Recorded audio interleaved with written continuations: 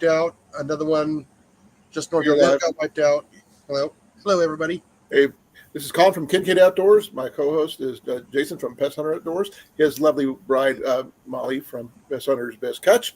And my lovely wife over here is Jenny from Kincaid Indoors. So how you guys are doing? Some of us maybe heading out a little early due to a thing with Reef Robber and some other stuff to help support some of YouTubers and I want to say preppers and other stuff throughout the Midwest. I'm not sure where all of them, but Jason will be posting a link when he does. That way, other people can go check them out as well. Okay, so feel free to post the link in the chat, please, before you go. Yes, I will. Okay, that way that's I'm gonna send my support as best I can send you guys. It's best I can do. Our main support is we're going to try and help Josh, and he can also help his little other community where he's at. Right. Because he wasn't the only one in that area that got had 4 feet of water go across their property. Well, I had some that I was close to the tornado. I wasn't as close as Minden was, but a lot of like we had 2 people in Iowa lose their lives due to the tornado. Yeah, tornadoes, plural. Sorry. Yeah, like I said, the little town that got flooded was Davis, Oklahoma. Okay.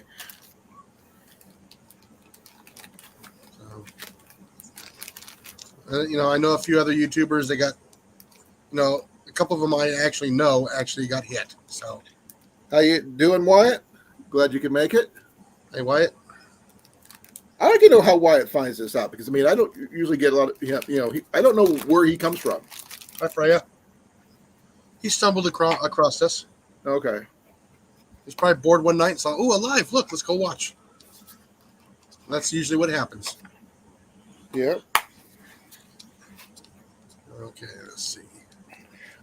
My live tonight is actually in preparation for the Bug Out Bag Challenge, and by the way, the items listed in here will be, could be used for the items such as what would happen in a tornado or flooding in what Jason was discussing about. Because having your stuff available in case you have to bug out of your own home due to a flood or tornado is a real possibility in the Midwest, especially in Oklahoma, which is Tornado Alley, if I remember correctly. Please correct me if I'm wrong. I believe we're in between Tornado Alley and Dixie Alley. I don't know what Dixie Alley is. That's where the tornadoes happen just east of us. So we're talking Mississippi, Alabama, Florida, Georgia. That's usually towards the winter months. Summer months, it transfers up towards North Texas, Oklahoma, Kansas, Nebraska, and the Dakotas, and sometimes Iowa. Okay, I will let you know. The one that hit us last Friday is a rare occasion because where we're located geographic-wise, yes, it should not happen, but it did. And no, tornadoes can happen anywhere. Trust me. Oh yeah, they had 2 in Des Moines, according to Cornfed. So that's saying something in the middle of a city. It doesn't matter if it's in the middle of the city or out in the country. Yeah, but it's rare. Or it happens, but it's rare. Or in the mountains, believe it or not. I heard somebody said there was one on Hawaii or something, but I could be wrong. Oh, no, I'm sure they get them there. Like I said, Arizona gets several a year. Well, I know about Arizona because I've been there. But think of not as long as you, though. Yeah, but think of Flagstaff. I was near Mesa when I was there. So, but Flagstaff is up in the mountains, okay? Mesa's right on the edge. No, you're still pretty far. Yeah. But like I said, was it Beaumont in Arizona, which is just west of Flagstaff? Oh, check this out. Huh? Rob on the road said there was a tornado in Birmingham City Center in England. Yes, just this last year. That's a big rarity. Weather patterns this last year have been weird. Yeah, especially where we're going from El Nino to La Nina in such a rapid fashion. I never heard about La Nina. That's a new one. That's when the Pacific Ocean cools off. Okay. So we got to make sure that when you do prepare for something like that, prepare for bugging out. If you do have to do that, have your important papers waterproofed and sealed, or at least copies of them. We've had to do it They don't once. copy. We've had to do it once since we've been here. Certified copies. That's a C, by the way, of all your important documents, birth certificates, social security cards, leases, documents, ownership papers of your house. If you own it, all that stuff. Because if your house gets wiped out and your land, all you have left is the land, you want to make sure that people that this is your land. So yeah, probably had I knew about that about an hour after it happened for fishing with flare. Yeah, Jason knows about all the tornado activity. I want him to change his name to the Weatherman. No, there's plenty of other weather channels out there. Okay. Now, if I have severe weather in my area, I'll probably end up doing that just for my little local area, and just family and members can actually watch too as well. Hey, Rob, how you doing? Yeah, I mean, I noticed it's starting to rain here in Newton right now, just as we got home, and just that quick. Look at that. Yeah. We got home about a little under an hour ago, and it just started sprinkling. That we saw the clouds rolling in, that kind of thing. So, Jason, what was being important to see with you with like this kind of weather, the tornado weather, what have you? For you, what would be the most important to see? Most important to see? Concealed carry. Well, that would be, but yeah. In a grid down situation, there would be no concealed. It'd be full on open, I think. You are pretty much in, because there's Omaha, there's Fort Dodge, so yeah, you can be in the rain right now. I am. Told you I was. Yeah, and you got a severe thunderstorm just to the west of you. I'm not looking at the storm. I'm just looking out the window. I remember when back in the day, they had this. Well, my grandpa had this thing. It was basically a rear end of a donkey with a tail, with a rope tail, and it did all these different things and tells you about what the weather was like just by the condition of that tail. If the tail is straight up, it's windy. If it's to the left, that's where it's coming from, right? So forth. If it's wet, it's raining. I don't know if you've ever seen one of those, but it was funny for us at the time. Yeah, sorry for all the bouncing around. Hey, drops. I don't have a mouse right now, so I got to use my touch screen. What happened to your mouse? Molly's using it. Molly's died. Need a new battery? No, we tried that. It just quit working. Have you tried disconnecting the adapter? Oh yeah, we did everything. It won't light up no more. Have you tried resyncing it? No, the mouse will not light up no more. Oh, okay.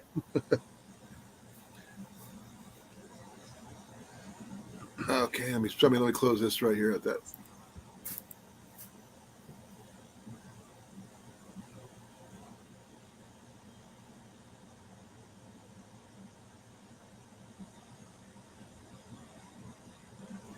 Oh, wow.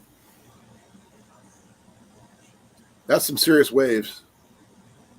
I heard about these surfers who stopped in some lake in Nebraska. They had enough waves to surf on a lake in Nebraska. Yeah, that's windy. Just a little bit. Okay, Molly, what would be your most important C? My most important seat is the driver's seat. What'd she say? The driver's seat. Well, not the same. C is what something She starts with C. She thought you said seat. Not seat. C, not the letter C. Like Count Chocula. What's my favorite letter C? What did you say?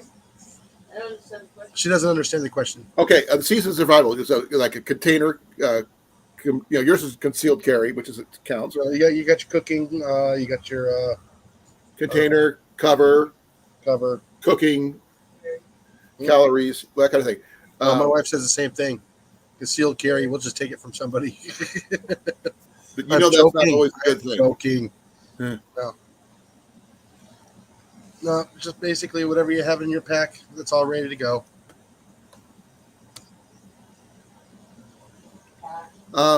Cash, Cash would be a good one.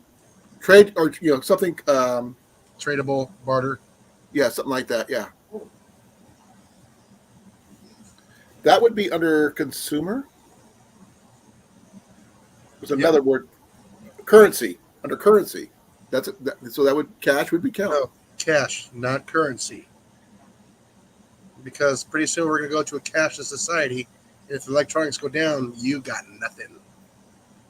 Well, cash to you and cash to me are two different things. I'm talking about silver and Not where you stash your stuff, CR. no, a cache, not a wrong thing. That's an important C if you know where your stash is, your cash is. So he's not wrong. This is where you store all those things. Now, I was re-listening to a book by Ron Foster, and it was based off the Prepper Road March. After a CME happened, Drops comment. Our friend Goffa. Where's Goffo at from? It says right there, our friend. I think Gofa or some. I don't know. I don't know if I'm saying it correctly, but like I said, they're sharing a barn with 12 families right now. He lost cows, pigs, and other stuff. Oh, okay. Yeah. He lost consumables big time. Mm-hmm. I mean, like I said, it's not just that a certain community. It was a lot of communities that got hammered. Now there's a big C right there, Jason. Community. Mm-hmm. That's the biggest one right there. That's we are part of a small community, but still a community, just the same. And that's a big C, with capital letters. I need to go get some coffee. The coffee is the biggest C for me. Yeah. Molly, you still there? Yeah. Now, I like your idea about cash and stuff like that. That is a very big C. Being able to trade for or buy items that you may or be able to get if you don't have it. I'm hoping you already have everything you need, but in case you don't, something unexpected comes up. Now, I'm sure that a lot of us are normally not prepared for tornadoes, even though it happens irregularly, but it does happen. I've only been through a couple tornadoes. One was actually less than a mile from me once when I was in my pavilion, like the same one I had at the gathering last year. Right. Ian was in there with me and everything else, and 23 other people. So, yeah, that I can understand community being a big part of and cash and all this other stuff being a part of everything. Yeah, right now all those communities need boots on the ground to help with cleanup. They need not just boots; they're probably going to need. No, that means people on the. Not everybody can take time off to go do that, though. Unfortunately, they're dealing with their own stuff sometimes. Like that whole town up here in Iowa, it's just wiped out. I mean, it leveled it. Yeah, so this is where these survival skills you are going to need them.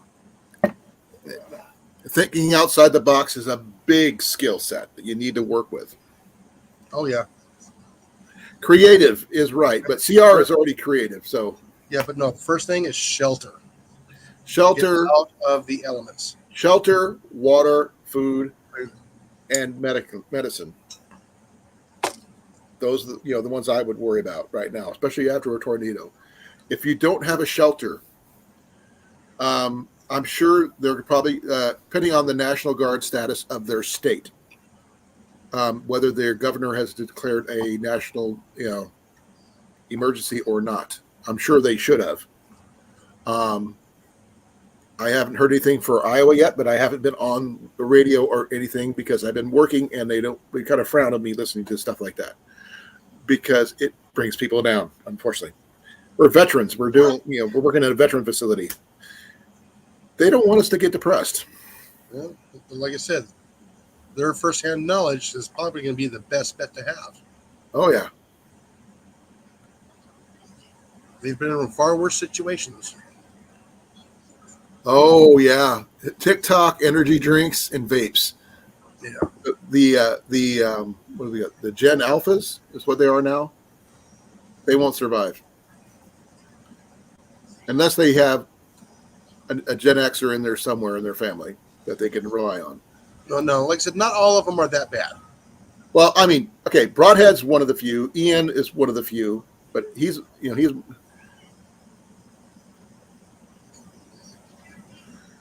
well, you can hunt, Wyatt. So you got some skills, and the fact is you're here. You're part of our community too. Yeah, Though one of the youngest members, I should say. Now, I am going to be looking into building Jenny a bug out bag that she can handle. That not too heavy, not too light, but can carry all the important things that she needs. yeah. Now, that's not going to be a part of my bug out bag challenge over the weekend, but I am going to be building, a good kit over the weekend. I'm going to see how that works out for me and Dan and Scott and Ian. So and Pepper for that matter. So we're going to see how our different perspectives comes up with something to create that we can get. I guess not exactly thrive, but get by. Because I mean, you're going to be on the move at least the first 72 hours. So unless you have a destination in mind or close by.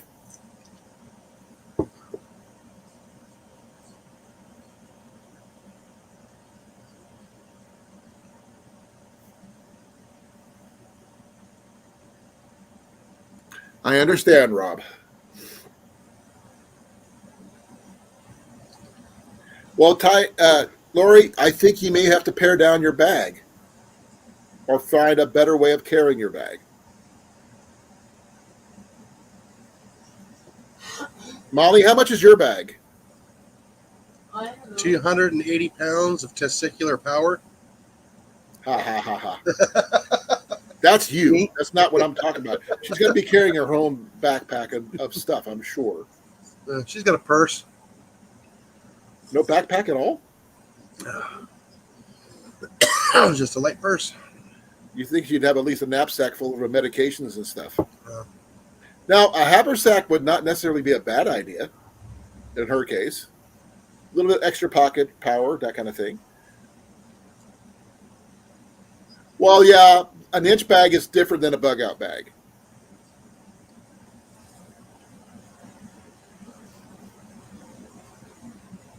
But you still might want to make sure you can actually carry your bag. If it's too heavy for you to carry, then it's not worth it. You have to get something you can carry one way or the other, whether it's by putting it in your vehicle if you have a working vehicle, or a wagon or something. A horse if you have one. I'm sure Jason and Molly would do the same thing if they had horses. I am the horse. You know what I was talking about. Yeah, I got a wagon. I'm sure. I must say, that's what she said. I got a wagon too.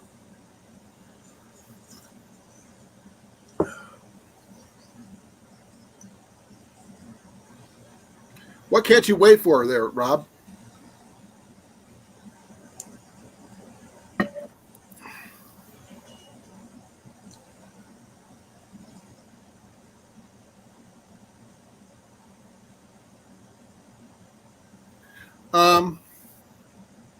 Well, you can pare down some of your items if you have documentation that you're carrying into a more digital format onto a stick drive or something like that. That way, it could be EMP proof,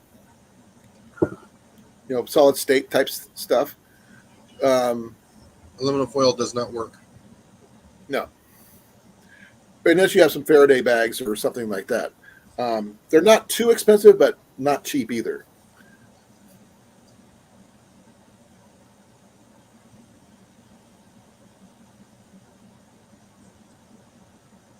Okay. I would love to see a picture of that there, Rob. I'm looking at getting a new upgraded backpack. Not the one I carry every day It's fine for everyday carry, but not for a bug out bag at all. It's falling apart because I carry it. It's an everyday carry, so it's more of a get home bag than anything else. But I need to have something to have at least a couple of months supply of my heart medications. I can find aspirin anywhere, but the rest of the stuff, not so much. Here comes Mandy. Hey, Mandy. Hi, Mandy. Hello. Hello. Hello. Hello. Hello. Hello. Hello. Hello. Hi. It's Doris. How you doing? Sorry, I'm at work. The reception's not So the best. I said, say what? I'm sore. I think I've torn a tendon in my In your shoulder. what? Shoulder. Oh, In my okay. shoulder. I heard something completely different. I go, oh my God, I want to hear that. Okay. Are you gonna be okay? Shoulder. Got it. I don't know. I'm going to give it a couple of days, and if it's still giving me grief, then I'm going to go have an ultrasound. Do you have any methyl rub or anything you can put on your shoulder? Yeah, I have been. You like icy hot Called or something? Joanna. We can't get icy hot in Australia. I said something Yeah. in the same style. Of, I don't know what you guys have over there, so I'm not sure exactly. But I mean, JV reckons it's the best stuff out, and he was trying to order me some, but you can't get it shipped to Australia, and you can't buy it in Australia how apparently. about liniment? Never heard of it. Okay, they use it for horses a lot. It's used for horses a lot. No, Nope. I use goanna. It's like deep heat. Has a real burn to it. Yeah, that's what I'm talking about. That's what I'm talking about. That's exactly what I mean. It's what you call guana is I what I call slathered myself. the same thing, different name. Okay. Yeah, no, I slathered myself in that this morning. Well, my shoulder this morning. Okay, then you're good. You should be okay. You're Very- just, you might have it's my- strained a shoulder, It's my not screwed shoulder too. That's not good. No, because I've torn a tendon in that shoulder before, and I know what it feels like.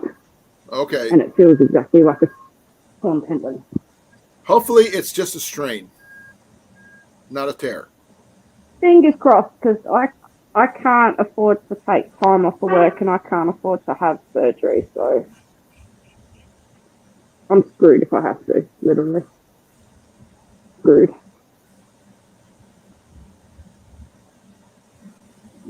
Can you hear me all right, or am I cutting in and out? You're a little tinny. Muffled. Yeah, you're tinny, muffled. I don't know, Rob, because I mean, I've been watching the chat for your question. I have no idea what's going on. 'Cause I've been. All I see is that kind of wait. And that's the only time I've seen you walk.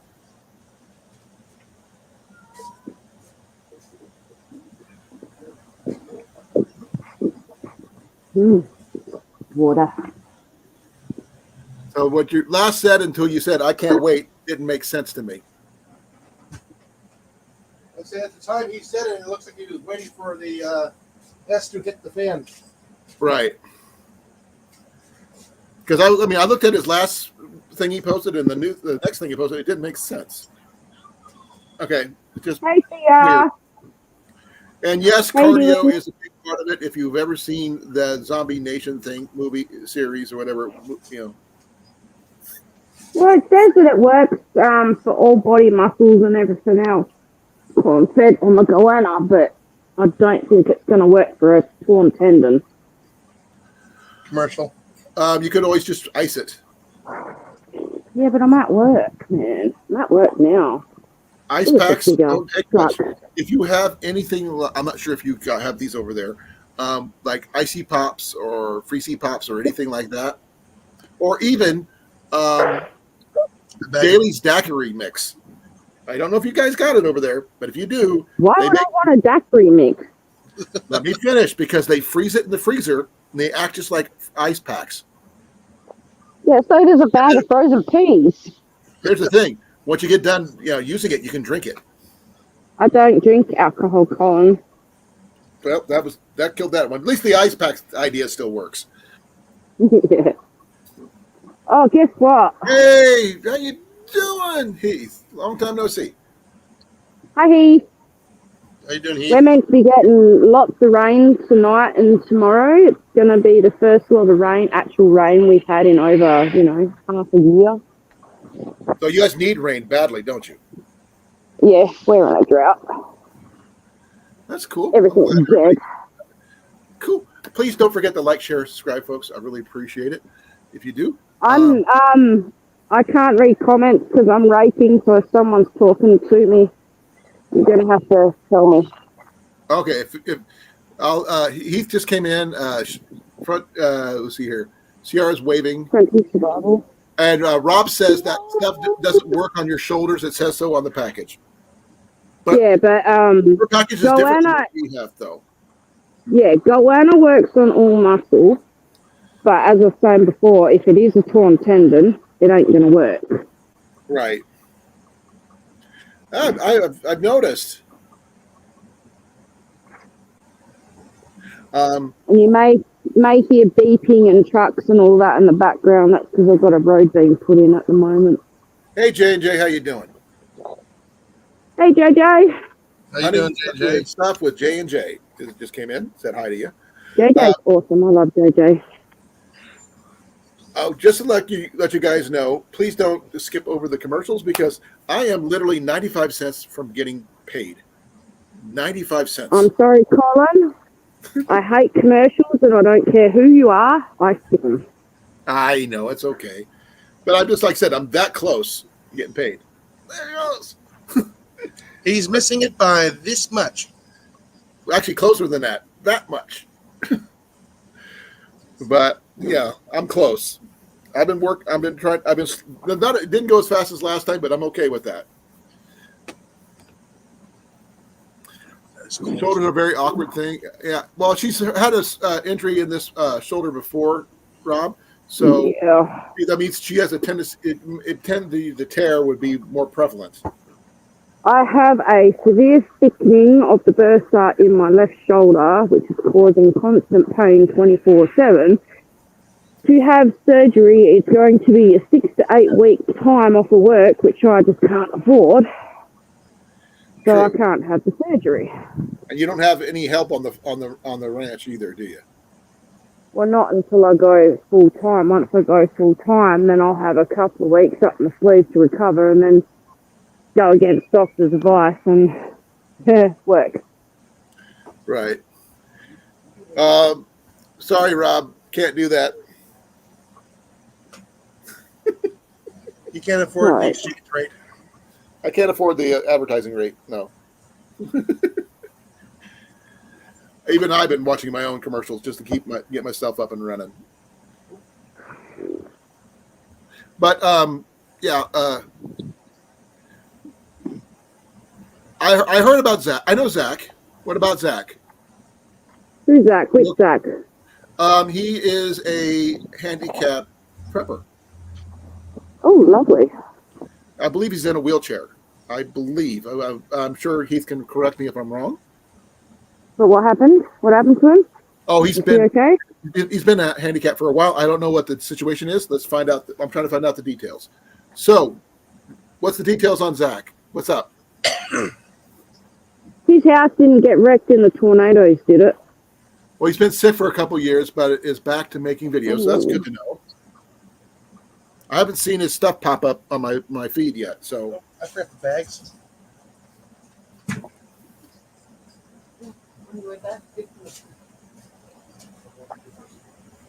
Yeah, didn't I just break it over there? Why do I have to make my life living hell? okay. No, I thought he had a wheelchair. Okay. Is he going to be okay? Colin, you got to talk to me. What's going on? Oh, okay. He said about Half Pace Outdoors. That's Zach's channel. Half Pace Outdoors. Yeah. I thought he was in a wheelchair. He's been sick for a while, last couple of years. He's back to making videos. Yeah. I thought he was wheelchair bound. No, he had a spinal injury for Oh. many years. No Damn. wheelchair at the moment. Blake, how you doing, sir? Thank you for coming. Hi, Blake. Blakey Blake. So I'll say hi to people as they come in, so that way you know who's doing what. Okay. And we have thunderstorms hitting us right now, folks. Yeah, I got thunderstorms tonight apparently, which makes me laugh because it's near on Sibley skies. He's just saying that Half Pace Outdoors is back after a long hiatus. So he's back to making videos. He's going to be back showing, doing regular videos on a regular basis. So good on him. I'm glad he's feeling better. Good news. Heath, why don't you post the link to that one, if you would, please? I'd really appreciate it. Man, this is killing my shoulder doing this. I got a quick question for you, Mandy. You're sounding really muffled. Is your phone okay? Oh, hang on. No, I didn't change the settings. Hang on.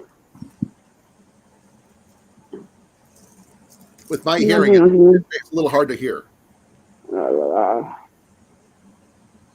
Settings, audio. It's on default instead of my... Your good mic? Yeah, it sounds like she's talking with her phone in her mouth. That's what it sounds like that to me, too. All right, is that a bit better? Oh, yeah, a lot better. Yeah, I had it on default instead of my Bluetooth headset, and you've been in my pocket this whole time, so... Okay.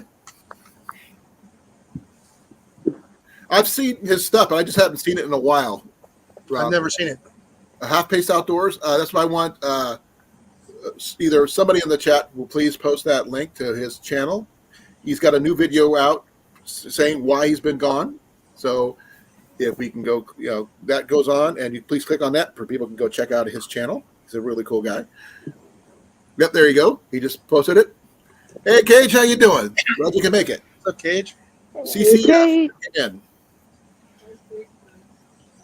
Cage is doing good. Please say hi to Jason, Molly, and Mandy, and Jenny. Hi, Jenny. Hi, Jason. Hi, Molly. Hi, Amanda. How you all doing? Hope you're all good. I think Jenny's going to be going in to play video games. Bye, Jenny. Oh, I wish I was right now. What game is she playing, Colin? You're going to have to ask her. She knows. I'm not a gamer like she is. I do some things, but not like she does. I'm the guy. Can you ask her what game she plays? Well, she said something about Final Fantasy. Yeah, 25. Oh. 14. Final Fantasy 14. Well, that's the Nice. But she can't play that one when I'm doing this because it interrupts the. We're gonna play Final Fantasy. They can't call it Final Fantasy if they keep making them.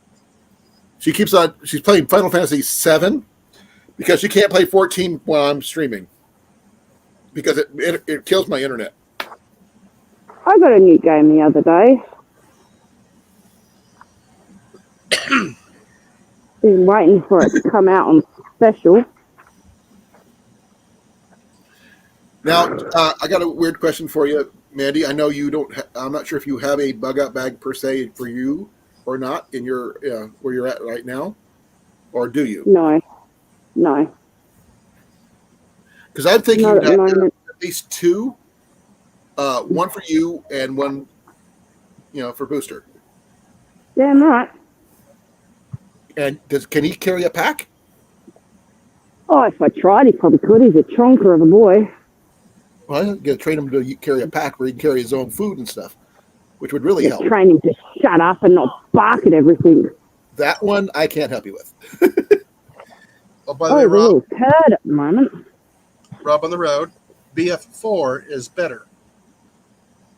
Well, you said FF7 is better. Is the best in the franchise. I like BF4.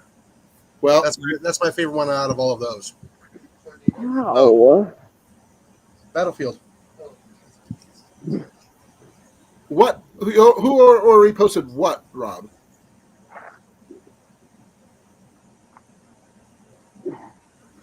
Okay, you guys, the link is in the chat if you want to check out Half Pace Outdoors' newest video. So please go I do think that. Rob's behind a bit. I think he is a little bit too, but that happens. Yeah. I'm just glad he's okay from all the tornadoes we had over the weekend. Yeah, I found out someone that I follow on YouTube.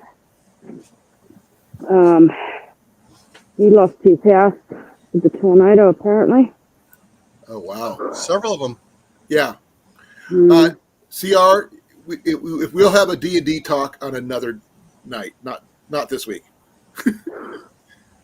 I'm not sure how many people here play D&D or have played Dungeons and Dragons. I don't know. No, Many moons ago. Live, not online. If we're going to go into that territory, we got a whole thing we got to go through to get that done and do live stream gaming. That would be a whole thing. No, it's all right, just ignore me. What was that? Oh, good, just ignore me. No, I can't hear you. I got a lot of background noise with the thunder and stuff. Ah, I said it's all good, just ignore me. I'm not ignoring you. No, I'm telling you to ignore me with what I was saying before. Oh, okay. So much for that high-tech internet. Yeah. I just called Heath, just like everybody else, folks. Please call Frontier Survival Heath, folks. Or as he's known on TikTok as Hillbilly Heath.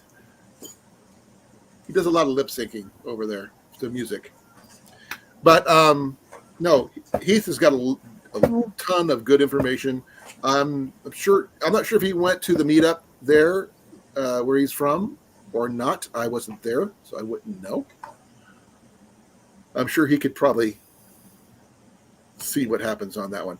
We'll talk D&D talk another night there, CR. Guess who shows up right there? Hello, Tyler. Hi, Tyler. Hey, Tyler. How you doing, brother?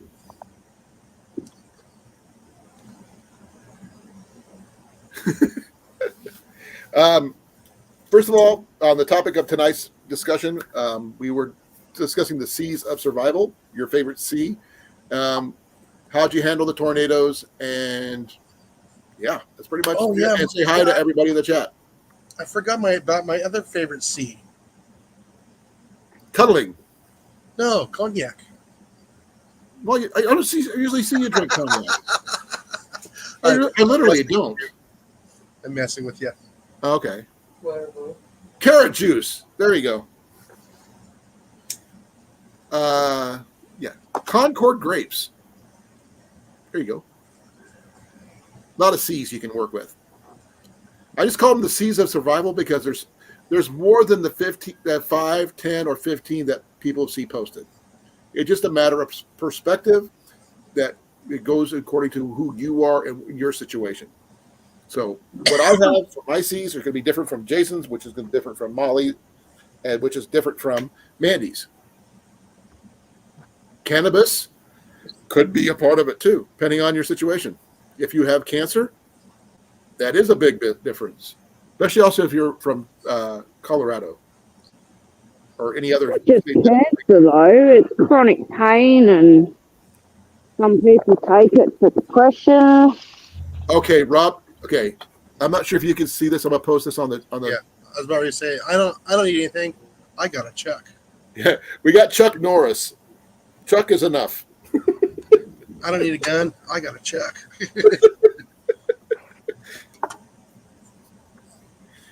I'm sorry. I'm not sure if Mandy can see that or not, but Nope. it's okay. Can you see my picture? Right? I can't see anything, Colin, because I'm working. Oh, I can't okay. look at my phone. Okay. Cordage. No tornadoes in Oregon. Cordage is good. That's a good thing to have. I was actually thinking about finding some, when I'm at the flea market this weekend, looking for some bank line or whatever I could find while I'm there. I have $100 to spend, so I'm hoping I can find something reasonable throughout the day. I will be doing one thing that I normally chickens. Nothing wrong with that there, Tyler. Because chickens are a multi-food because they'll pretty much free range themselves. And you can get your eggs and you get meat as well. What is that? Oh, can they I have no idea what that is. reproduce? Is that a snail? Cabbage. Now, cabbage is another slang term for cash, if I remember correctly. Old school. But that was like way back in the day, before when I was even born. Carrots. Well, we're talking more about the season survival, but yeah, I guess that does count. Corn. Corn is the definite one, especially for Iowa. Cantaloupe. Huh? Cantaloupe. Cantaloupe. Coffee. You damn right. Coffee is a very big item. Not only You can't elope. You don't have anybody. No, I don't, Jason. Shut up and rub it in. That was oh my God, that was both mean and No, they can't elope. Oh. You I can't can't elope. look because I don't got no one. That was just both mean and clever at the same time. I'd say it's more clever than anything. In a bag. Well, they can get you drunk there, Rob, and see what happens. Then you'll be bagged. Technically, if I remember I remember that's a term, being bagged, as being drunk. Right? Is that right, Jason? What? Old term, being bagged, being drunk. Nope, being kidnapped. Bagged is a different old school term from my family. So Yep. It meant being drunk. Yeah, we called that pickles. Blasted. Sloshed. Well, Yeah. that'll be more of a inch bag type situation there, drops like Lori has. But Lori, how much does your bag weigh? Because she says that her bag is too heavy, and she needs to pare it down somehow. Because if she can't carry it, it's not an inch bag. You need a mountain goat. Get the mountain goat to carry it. I was thinking if she had like a dog or like you said, a goat would work. I have seen people use pack goats. My friend Mark, who now lives up in Maine, has some of those. 40 pounds at least. I mean, even for me, that's hefty. Or an alpaca. A llama or an alpaca would both work really well. They're pack animals. This thunder has been going on for 5 minutes. Tornado. Oh, you should have been here, was it the other night? Jeez. 6.5 hours. It's just rolling thunder. Yep. That's what we got right now. And winds. Conveyance. That would definitely be under conveyance. Yeah. A By the way- Shetland pony or a miniature horse or a mule, a We donkey, lost our awning on the house. Greenhouse survived. a pachyderm. If you want to go that way, you can get yourself a little mini elephant or something. I don't know. Whatever you do to carry your gear that won't put a strain on yourself. Because, like myself, what I was getting ready to say is that I had a while back, I had picked up a folding wagon that I'm going to be using at the flea market this weekend, so I don't have to carry everything. You can also use a dolly. Dollies are a little bit more difficult. It's better than carrying it on your back. Yeah, a wagon. True. Wagon. Shopping cart. Shopping carts. I've seen people do that. Wheelbarrow. Oh, yeah. Almost do it. We can do it. So 45. Her pack is it's only 40 pounds. She weighs 145. That is a big difference in weight right there. I'm checking something.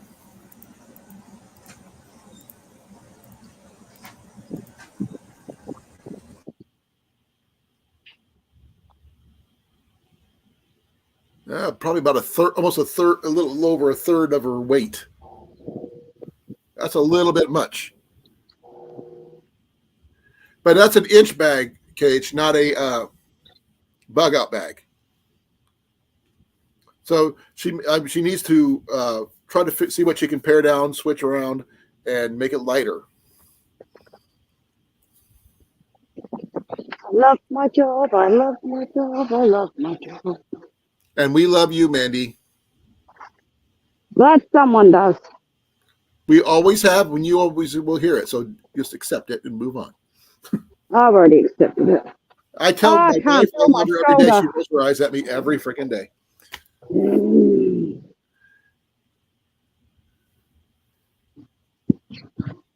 A cute team of youngins chained together to haul your supplies. Think sled dogs, but more moaning.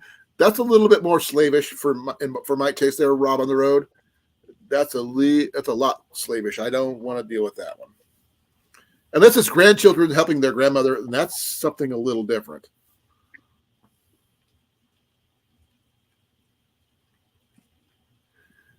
Yeah, I think we might want to work with Lori about correcting her inch bag to help her both still carry the stuff she needs to carry without trying to kill herself. What do you guys think, Jason?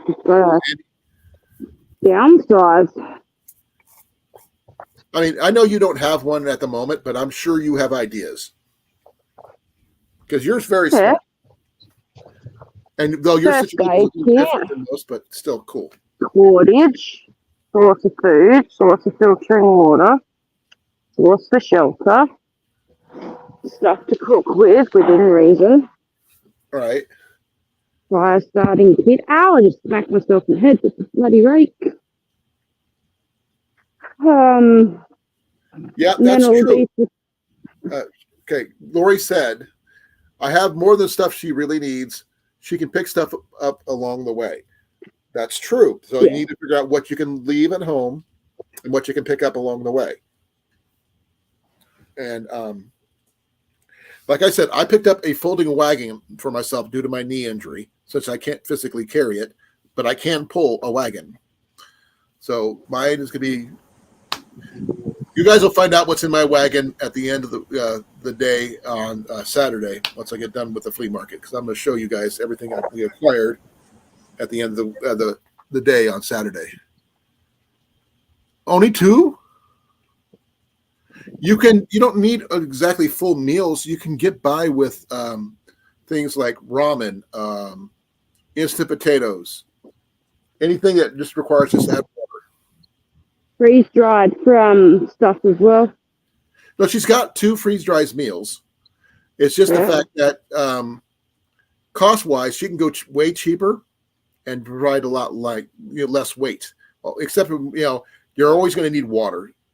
That's one thing for sure, because she's older like I am, and she's going to need at least to carry more water because old folks go through a lot of water. Do you have a lot of water? Yeah. I ain't that old, man. I consider you a youngin', Mandy. Jason, do you need to No. Remember, you're a third of my age. Yeah. Okay. As long as you have your water filter, or at least and a backup, you should be okay.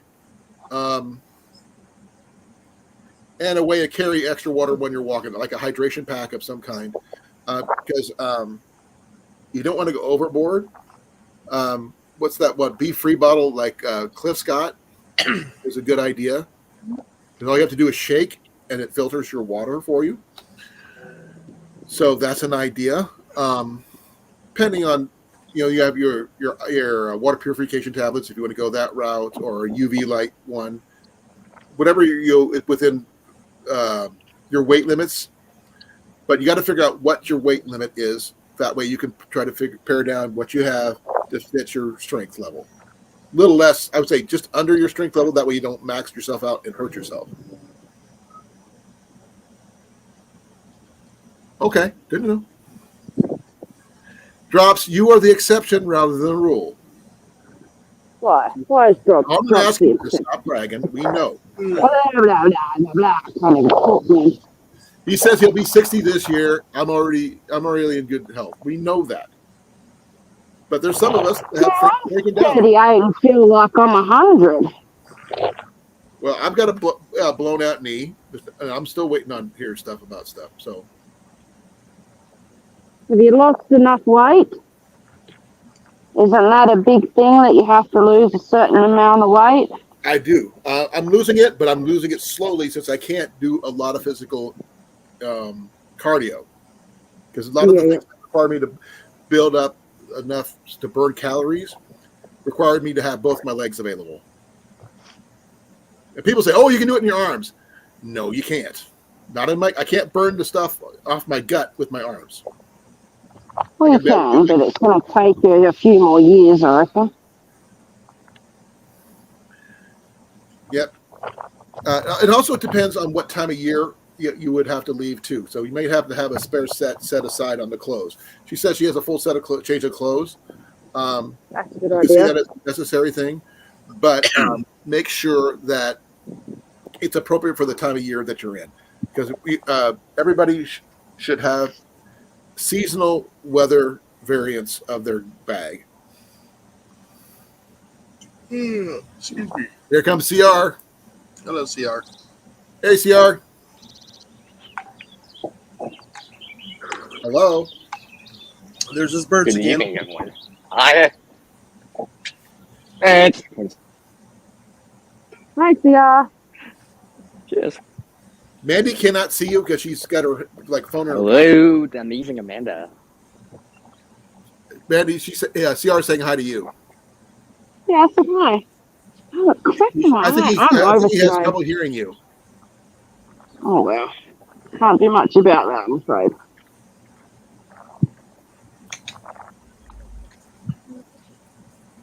Ow. Yep. What's something in my Actually, you know eyeball? what? I'm gonna slip back in. I need to change the setting here. I'll come back in a moment here. Hold on. Okay. I gotta change the list. I'll be right back. Okay. And yes, to everybody, no, Chuck Norris is the ultimate survival tool. I'll get you.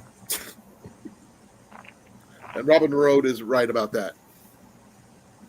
I'm not sure how well you know Chuck Norris, Mandy. I've watched a few of his movies, I guess. You know the meme on the internet about Chuck Norris, right? Probably not. If I'm not sure if you heard the one about you got bit by a rattlesnake, and No. after agonizing days, The snake the does. snake died. Okay. There's a lot of different stuff like that about Chuck Norris and his beard. They're memes. Yeah, Chuck Norris is 80 years old, and he still can kick everybody's butts here. The guy is a powerhouse at his. He's not very tall. He's about my height, but he can seriously kick butt. He went toe to toe with Bruce Lee for fun. I'm not sure if anybody knew that.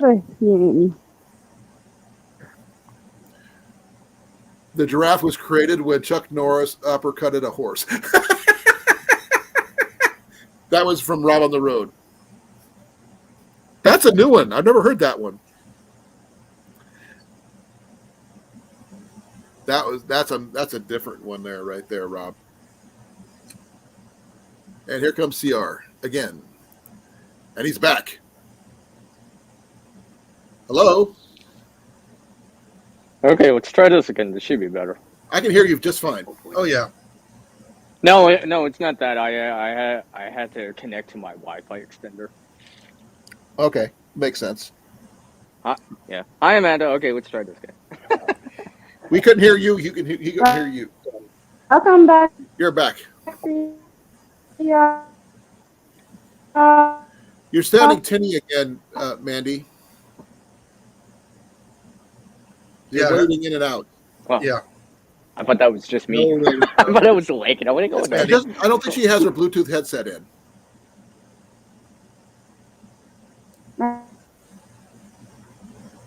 Mandy? Maybe she's far away from her. Her phone's in her pocket, I Maybe think. she put it. Because I know if you're too far from your from the phone using Bluetooth, it'll cut out too. Well, anyways, what were you guys talking about? Okay, the main you topic was guys supposed were- to be the season survival, and they kind of Okay. went on to tornadoes and stuff like that. Then we start making Chuck Norris jokes and a whole bunch of different stuff. But mainly it's the season. I'm trying to get ready for the Watch Your County Flea Market and the Bug Out Bag Challenge between SD Mountain Man, Herbert T Outdoors, my daughter, my son, and myself. Well, I know a lot of the channels out there that I follow, and of course, there's probably a lot more. Right? Generally, people say that these kits are supposed to be fine tuned for your own area. Whatever you're expecting to have issues with, whatever Exactly. it is, prioritize towards that. Because generally, like you're on the coast, maybe like a hurricane, for example, right? Something like that. You're in the mountain areas, maybe snowfall, whatever, something along the lines of Yeah, that. like the area where I have water and squirrels. Yeah, we need to. Well, the thing is also you got to deal with altitude as well, Yeah. because if you're in the Yeah, mountain, yeah. So we got altitude alligators. means a big difference between up at Denver and then down in Phoenix. Well, I know Mario wrote that in the side chat. Lots Well, of I don't know what your altitude is where you're at, CR. But no, I'm not that high, but I'm not on the coast.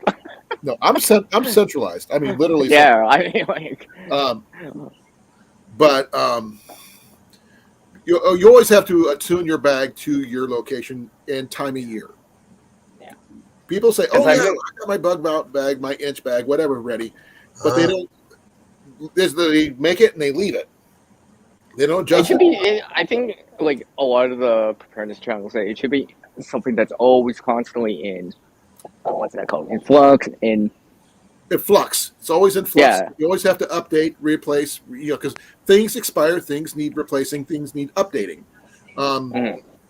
Personally, I mean, with a certain degree, most first aid kits, with the exception of the medications such as triple antibiotic ointment and other things like that nature, those expire really quickly. But bandages, they do expire, but they take a little longer, as long as they're perfectly sealed and dry.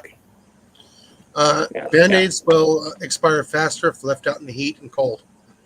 But that's the thing. It's going to be if they're properly maintained. Mhm. If they're inside. Well, that's like with anything, though, right? I mean, Right. Like, But if you maintain a blinking rust. hey, Evan, glad you can make it, brother. Oh, okay. I was wondering, does the challenge in VU sort of having a source of to source? Yes, we have to source the bag as well, Rob. Even though I will be pulling a freaking folding wagon, that's the only reason I'm doing that is due to the fact that I have a knee injury and I can't carry it. I have a 10-pound weight limit, but I have a freaking 100-pound push limit, which is really weird. But it's on wheels, so I should be okay. It's like a little folding Am I board. back? You're back. Hey, You're back. All right, think it now sounds I can better. hear everyone. Yeah, Mandy, you sound better now. Oh, that's good. Yeah. It was where I was walking. yeah. Yeah, she stepped further away from the ozone hole. It's came back. Yeah, you're not wrong. Most of these stores No, do buy their own yeah. F8 first aid kits and a little more than garden variety boo-boo kits. Okay. And it's always better to source your own items and build it. That is correct. Also, you have to customize it to fit you and your situation. Because I've got to have something for me, and Ian and Jenny. But since I'm more medically trained than the average person, I'll probably have a little bit more advanced gear. But Jason is also more advanced because he's got the training too, but not as much as I do. No, not medic training. No. No, but you have first aid training and stuff like Yeah, that. first responder. First responders are just as good in my book because it's very important to be able to do things right off the bat. Yeah, because they taught us how to do the CPR. Pull out the kits, know how to use the kits. And we were there. Every city Chest worker compressions. going to be there. Yes, the chest compressions, because there's more public works in a city than there is PD and fire put together. Yeah, you're not wrong, Drops. It is always good to adjust your preps according to your conditions, as you're saying. I understand that. I've been saying the same thing. Oh, and know what an IED is, automatic electric defibrillator is. No. It's better than that. CR is knowing how to use one. Well, that too. I was getting to. Yes, knowing not the improvised explosive device. I know. I had to make sure we're on the right page here. I'm not talking about that. Like It's I like said, knowing what an RPG is. a role playing game. Playing? Rocket propelled grenade. I mean, yeah. Oh, I'm gonna I get heard somebody- sacked some- later. it's just See, like, me and no. Jason are on the But- same page here. We'll talk D&D another day, CR. I promise. Okay. Next week. Okay. Anyways, yeah. Back to the bag talk. I don't have a DMG to actually run a game, so I would otherwise I would. Okay, that's not too bad. Her Tiny does have only like 10 miles to go for where she's at to her meetup place, so that's not too bad. But she still needs to go down her gear a little bit before she can get from point A to point B. Well, you'll make ground faster. Well, like I said, if You'll you be less tired. a wagon would really make a big difference. A little garden wagon with those little inflatable tires. We're one of the 2 locations. That would increase your ability to carry without injuring yourself. For our family. But I mean, it would still be difficult uphill, but yeah, but the only problem is you would have to understand what kind of terrain you're going to be hitting up, because if you're going to be on the highway, or you're going to be on a walk path, a hiking path, a deer path, we don't need to know her destination because that's none of our business. But I mean, want to make sure she can actually make it from point A to point B. If she has to do it on her own, we can help. We can suggest. We can pray for her and hope for the best, and help her adjust her gear to help her make it. And when it is eventually that time, which we hope never comes. That's the biggest thing. We hope it never comes. Cell phone. well, But if it does come, we were going to be ready for it. I've been in Oh, the shit. ultralight backpacking community. There's Cell phone off, and and lightweight hikers out there. There's those box. uh, So you're big not- free items. Shelter, Shelter. The cook consumables set. like what? The consumables directly, and usually it's probably gonna be the tools. it 'Cause, depends like the on metal inside. on the ones I know, people I've talked to. It depends if they cold soak their food or not. Because some people who cook their food, some people cold soak. Oh yeah, like on that. Yeah, when they're going these ultralight hikers, though, just cold soak, they won't even bring up fuel set. However, remember this is not the same as No, bugging we're not out ultralight packing. yeah, we're packing it's for- different. It's way different. Yeah, because like I said, Lori's is an inch bag, which is different than a bug out bag, which is different than a get home bag, or even a whoosh bag, which for those people who want to know, wake up, stops happening bag, which basically you have your documents, your medications, that kind of thing in one bag in one place to go, which could be a part of any of the other 3, which is not a bad idea to have copies of that on hand anyway. But like I said, I'm doing for my bug out bag challenges. I'm going to create a basic bug out bag using all the C's I freaking can. So I'm going to call it my C bag because it's called sea bag. What's my name? C. That's there. So go for it. It's a C bag. It's my bag. A musk cart has bigger wheels than a wagon, and they cost $60. That's still not bad, but it's a one-time purchase.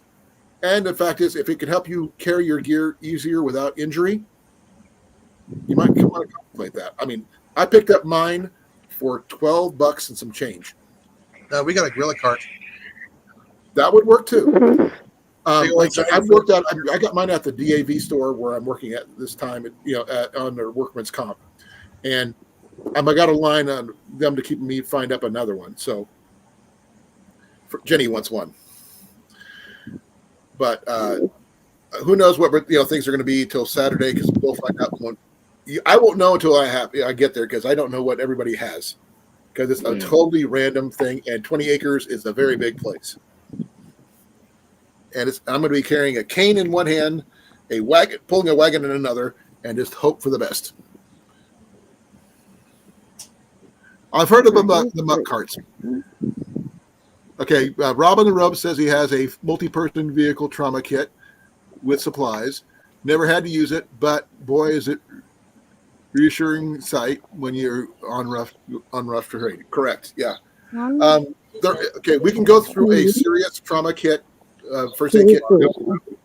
Only so far. I have my version, but I consider it. I also have a serious third-degree burn kit that I have due to something that happened with Jenny a few years ago that I required to need one on hand. So I hope you guys never have to go through with any kind of thing like that, because it is not something I wish to see again or hear again, because I was there when it happened. So Yeah, no one likes to get burnt. Jenny got burnt severely, 2nd to 3rd degree burns on the backs of her legs where she needed skin grafts. Yeah, I could still hear I could still hear her screams from that day. So, as a medic, that's one thing I would never wish on anybody. That's my worst one ever. That the situation that ever happened where I didn't have the supplies I needed when I needed them. There wasn't even an aid station on site. That changed after that, but still. Oh, that reminds me, Colan. I have a story too. I remember at this workplace that I worked at, right? I had to use the first aid kit because, I just cut myself because I was doing something. Small little cut, right? I look in the first aid kit, it's like the bandages are like, the band-aids are like dried out. I'm like, where the hell's the tape? Someone just left the empty roll or like a little piece left. I'm like, what the hell's this? I'm So I not had to a grab big mine. fan I had to of grab standard mine. I had to medical grab tape. mine out of my bag, right? Because I'm like, I don't think it's eyebrow stuff. Well, if you want to be precise, duct tape is medical tape. No, I mean, I had to use duct tape, but, and stuff like that. But it was just like, I guess I had some stuff with me. But you do know that that's where duct tape came from, right? Mm-hmm, mm-hmm. It's medical tape. Yep. It was Yep, for yep. holding battlefield wounds together. As they go, Just like they super don't glue. find you handsome, they find you handy Handy? or something. Red green. You know red green? Oh, you've asked me so many times. Me and Red green is one of my JV, heroes. me and JV used to watch Red Green all the time. Do you still watch red green? Yeah. He is funny. I heard somebody's trying to bring him back, or a version of I him, hope or they something. do. I'm not sure. Because there's a guy on TikTok who has the Possum Lodge started again. So Oh, I love the Possum Lodge. I'm a man. I can change if I have to, I guess.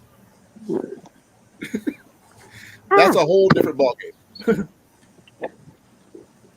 And a handyman's secret weapon, folks? Duct tape. Electrician's tape. No. Electrician tape has no deal being in a first aid kit.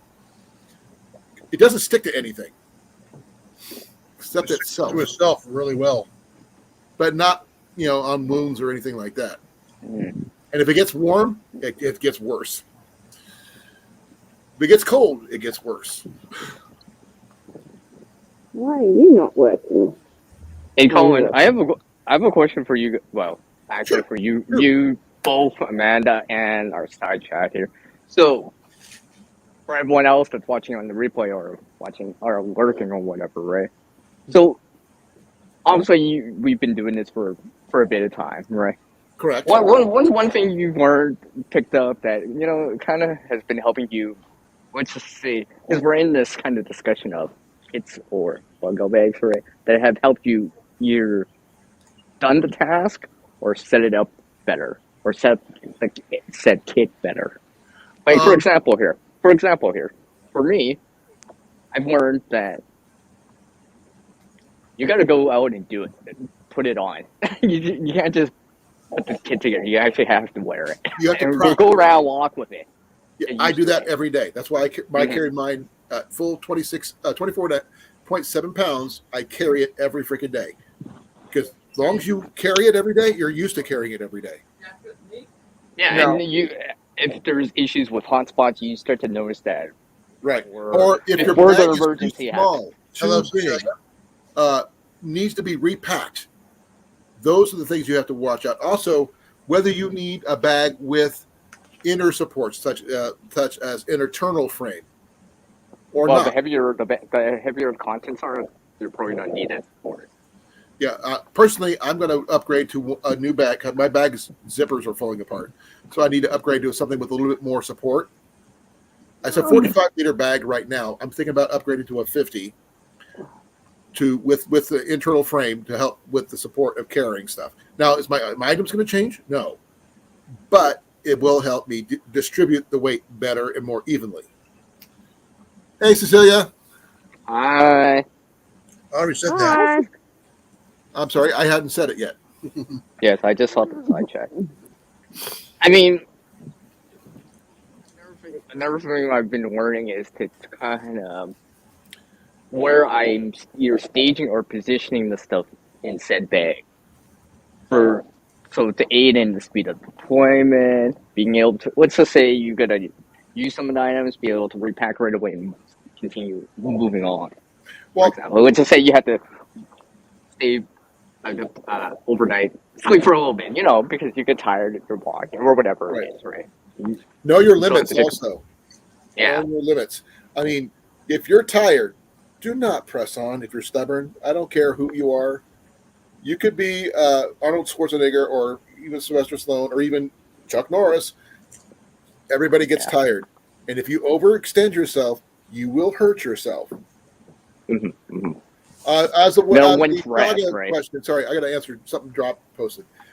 Drops, as much as you praise Chaga, not everybody can use Chaga. It is a member of the mushroom family. I am not risking my life trying to use something that everybody said it's an old and health thing. I can't, but I try to find alternatives when I can. That's it. That's all I wanted to say. Because Chaga is a member of the what's the word for it? Family is it's a mushroom family, whatever that is called. A fairy ring. No. The Okay. mushrooms are a part of what? Okay.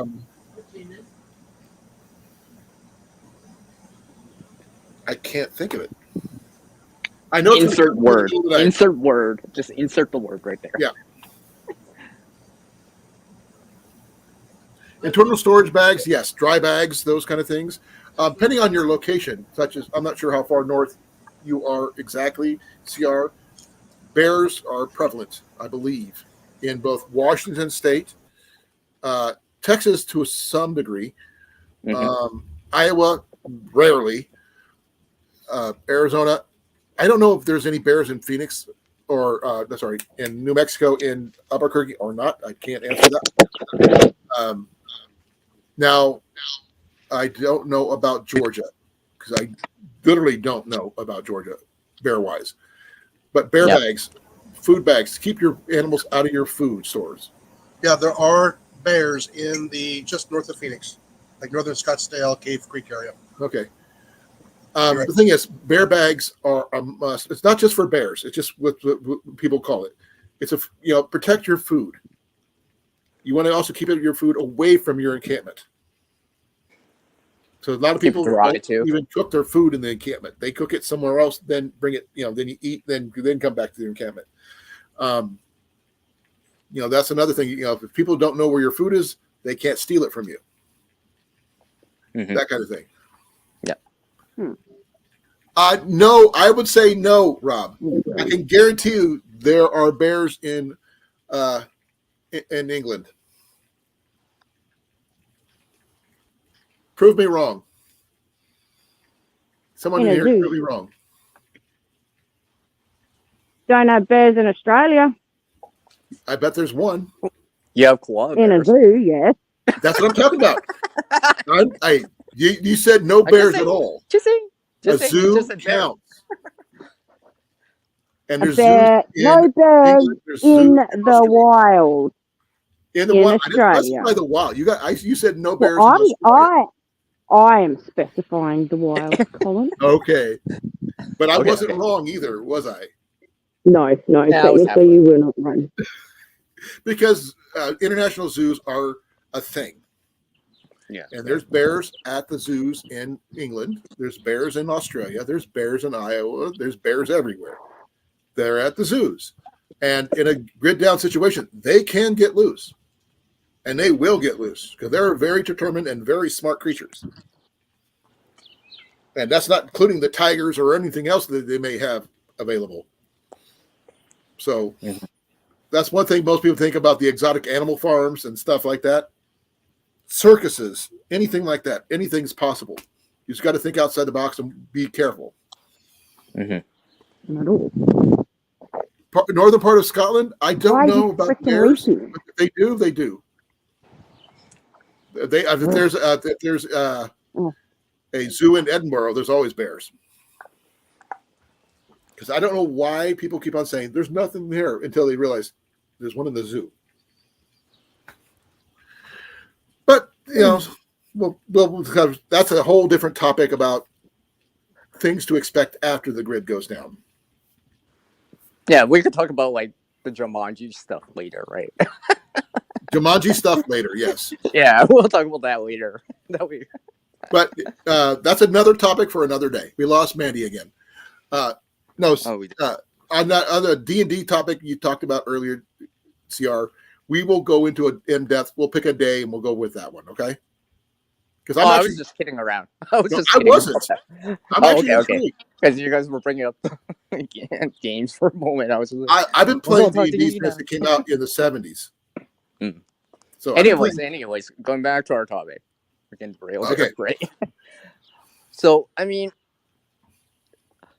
I know another thing always to keep in mind is to make sure that you're wearing your pack. If it's a backpack or whatever you're carrying or holding or whatever, actually see how it handles when you actually go do said thing. You carry it the way you need to carry it if you were heading out. Yeah. Because I would have to have a bow in my hand, a quiver on my back, in addition to my regular backpack, because I don't do firearms. Not so much because I don't want to. I don't have any small caliber handguns or anything like that. I just don't have it. But bows, I do. I can understand that, Mandy, and it's okay. You said it was very warm over there right now, so it might be part of the issues you were having earlier. Could have been. Yeah. It might have been a big part of it. Just let it cool down for a bit. Now, one of the things, make sure you have on your pack, I'm a big believer in backpacking backpacks over military-style backpacks for multiple reasons. One, they're built for carrying stuff this way, long-term ways, because a lot of people who backpack, like, say, the Appalachian Trail and so forth. Yeah, the ultralight hikers and all that They're built to adjust to the person who's wearing it. For comfort. Yep. I just found a Kelty backpack at work that I set aside, and they only want $5.95 for it. And I found out it adjusts to me and my current body type with no issues. Now, that's before I put any weight in it, mind you, but it fit around my gut, it fit around my shoulders, it fit across my chest without choking me. Yeah.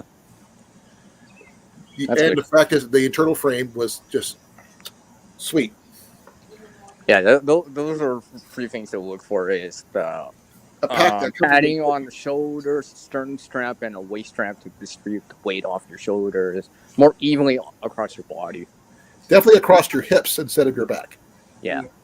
But that's if I do end up getting that, that's for something else. I am replacing my regular backpack, not this one, not my day pack, but my backpacking backpack with the Kelty, because I love Kelties.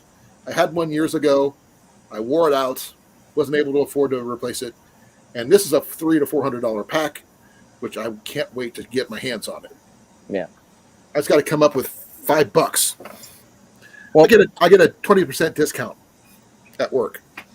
So, well, one of the things that I do, Colan, I know you say you wear it all the time or whatever, or whatever goes with you all the time. I always randomly just put them on and for a bunch of period of time, however long, right? Sometimes I'll just stand with it for a while.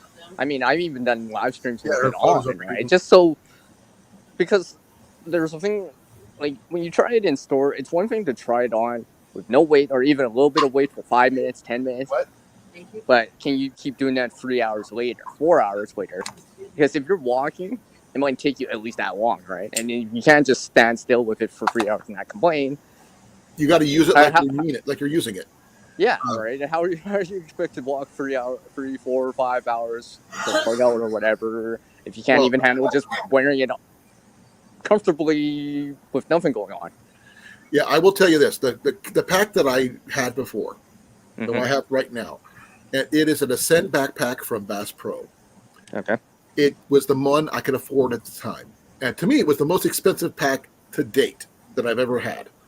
Yeah, brand new, and it cost me $150, and I thought that was extravagant at the time. Did it properly fit me? Not 100%. But this pack, this Kelty pack, I'm getting my hands on, is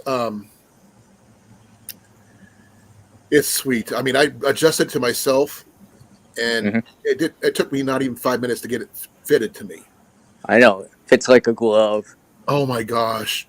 The pockets they actually have hard plastic underneath the belt pockets, which has belt pockets, which I never had before. I don't know. I didn't check to see if it had a bottle pocket. It might be a little older one that just has the one for the hydration sleeve, which is okay. I'm good with that.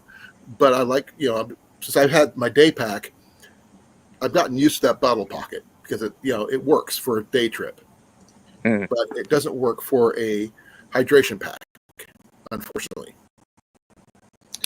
But, I don't do hydration packs. I don't have one.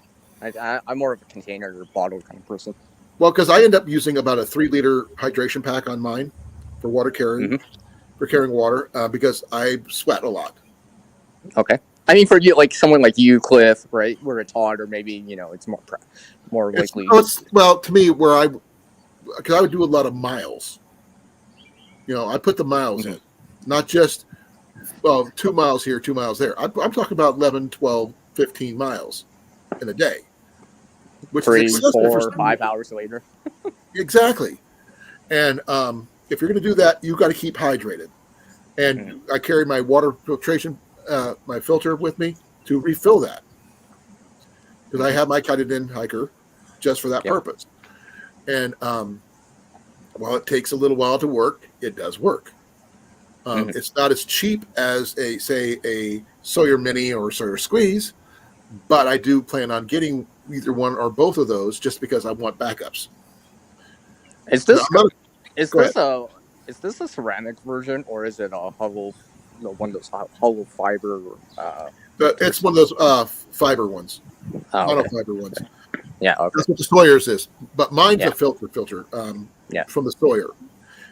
It's same as the Hiker Pro and everything. Oh, but the thing is, they're like $50 to replace the filters for the Hiker Pro, and that's the one thing I'm having trouble with is the price. I love the fact that it pumps, which means I can get water faster, but not necessarily, I have to pay twice as much or 3 times as much for the filters. Yeah, paying for like flow rate or something like that. Exactly. Size or something like that. Convenience of it. Now the Sawyer Squeeze, on the other hand, is a little different. Or in case of Cliff's, he has this Be Free, cut it in Be Free, which basically just fill it up, shake it, you're good. Yeah. But that's another thing altogether. But those things have their own issues that the filters can break or clog or whatever. That's whole different things.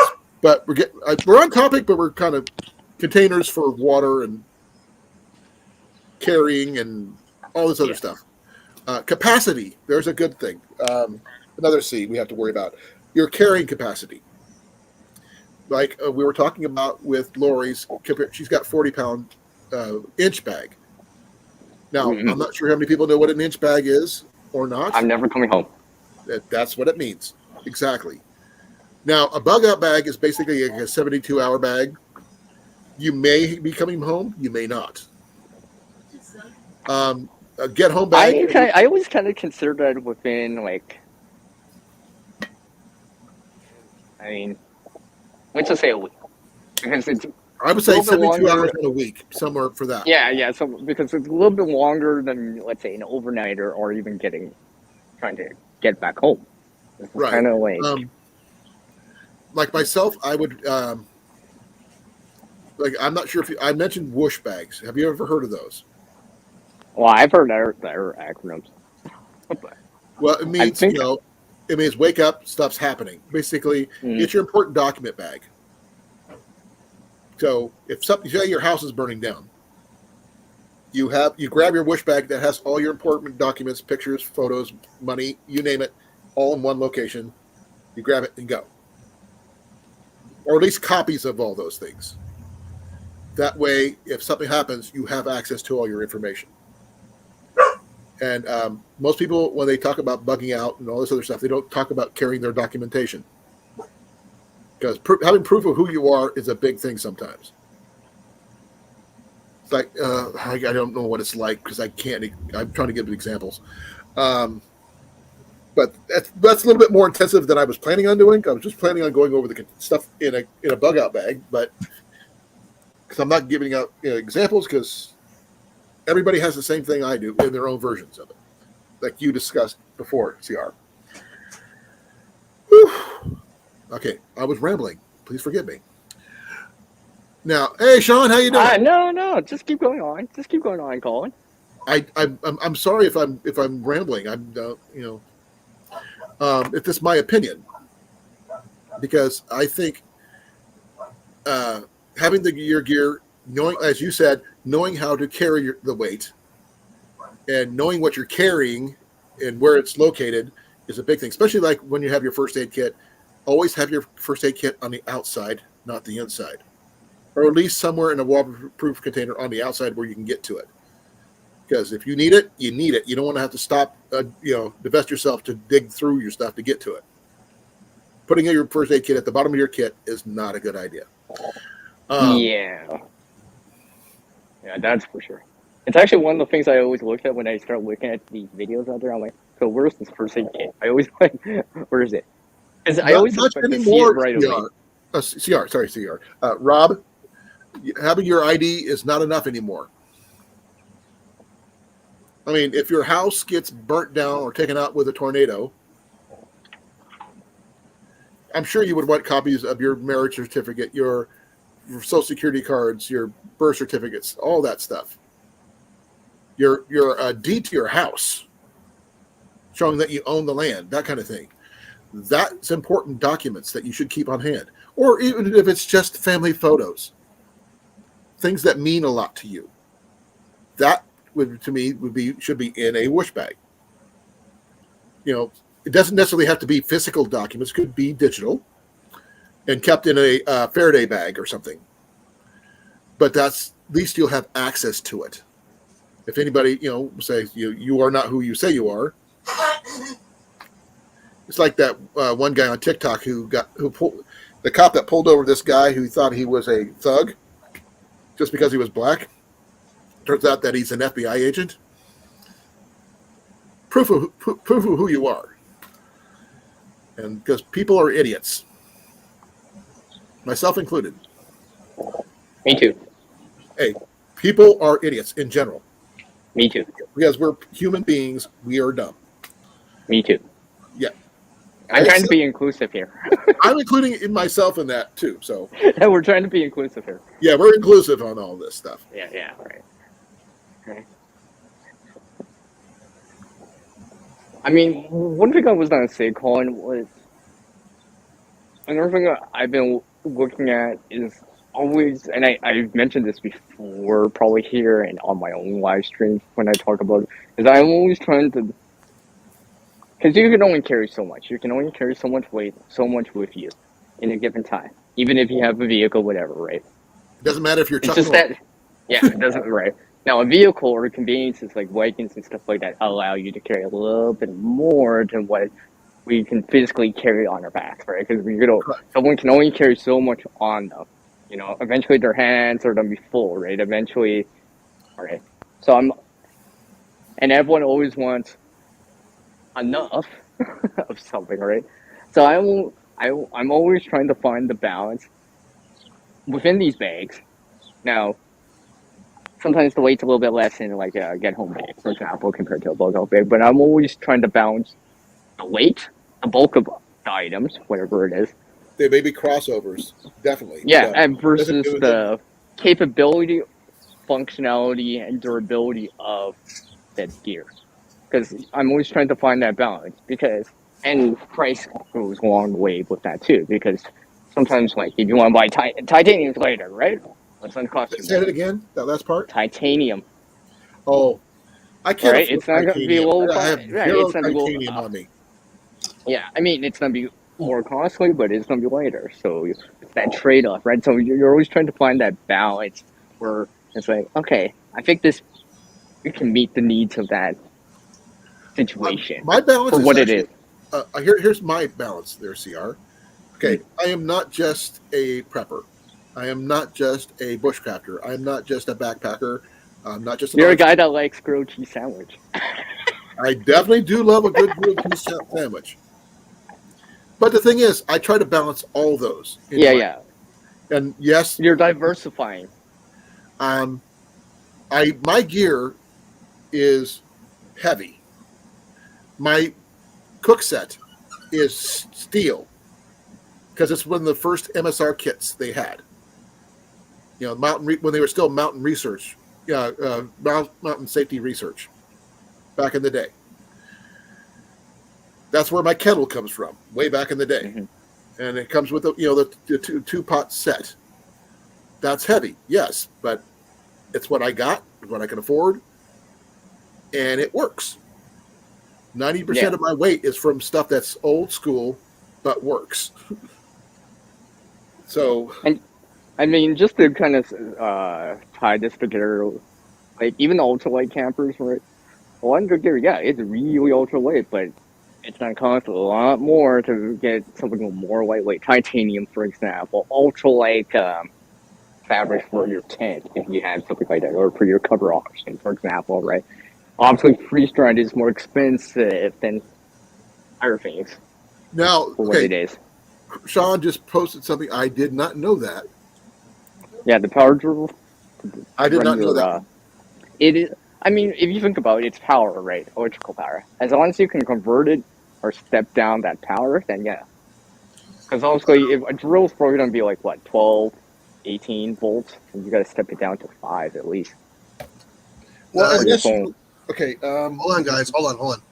They actually make a charger that you can put on those batteries so that you can plug your phone in or anything else. Oh, yeah. So someone already did this, kind of, and was trying to sell it, right? You put it on there.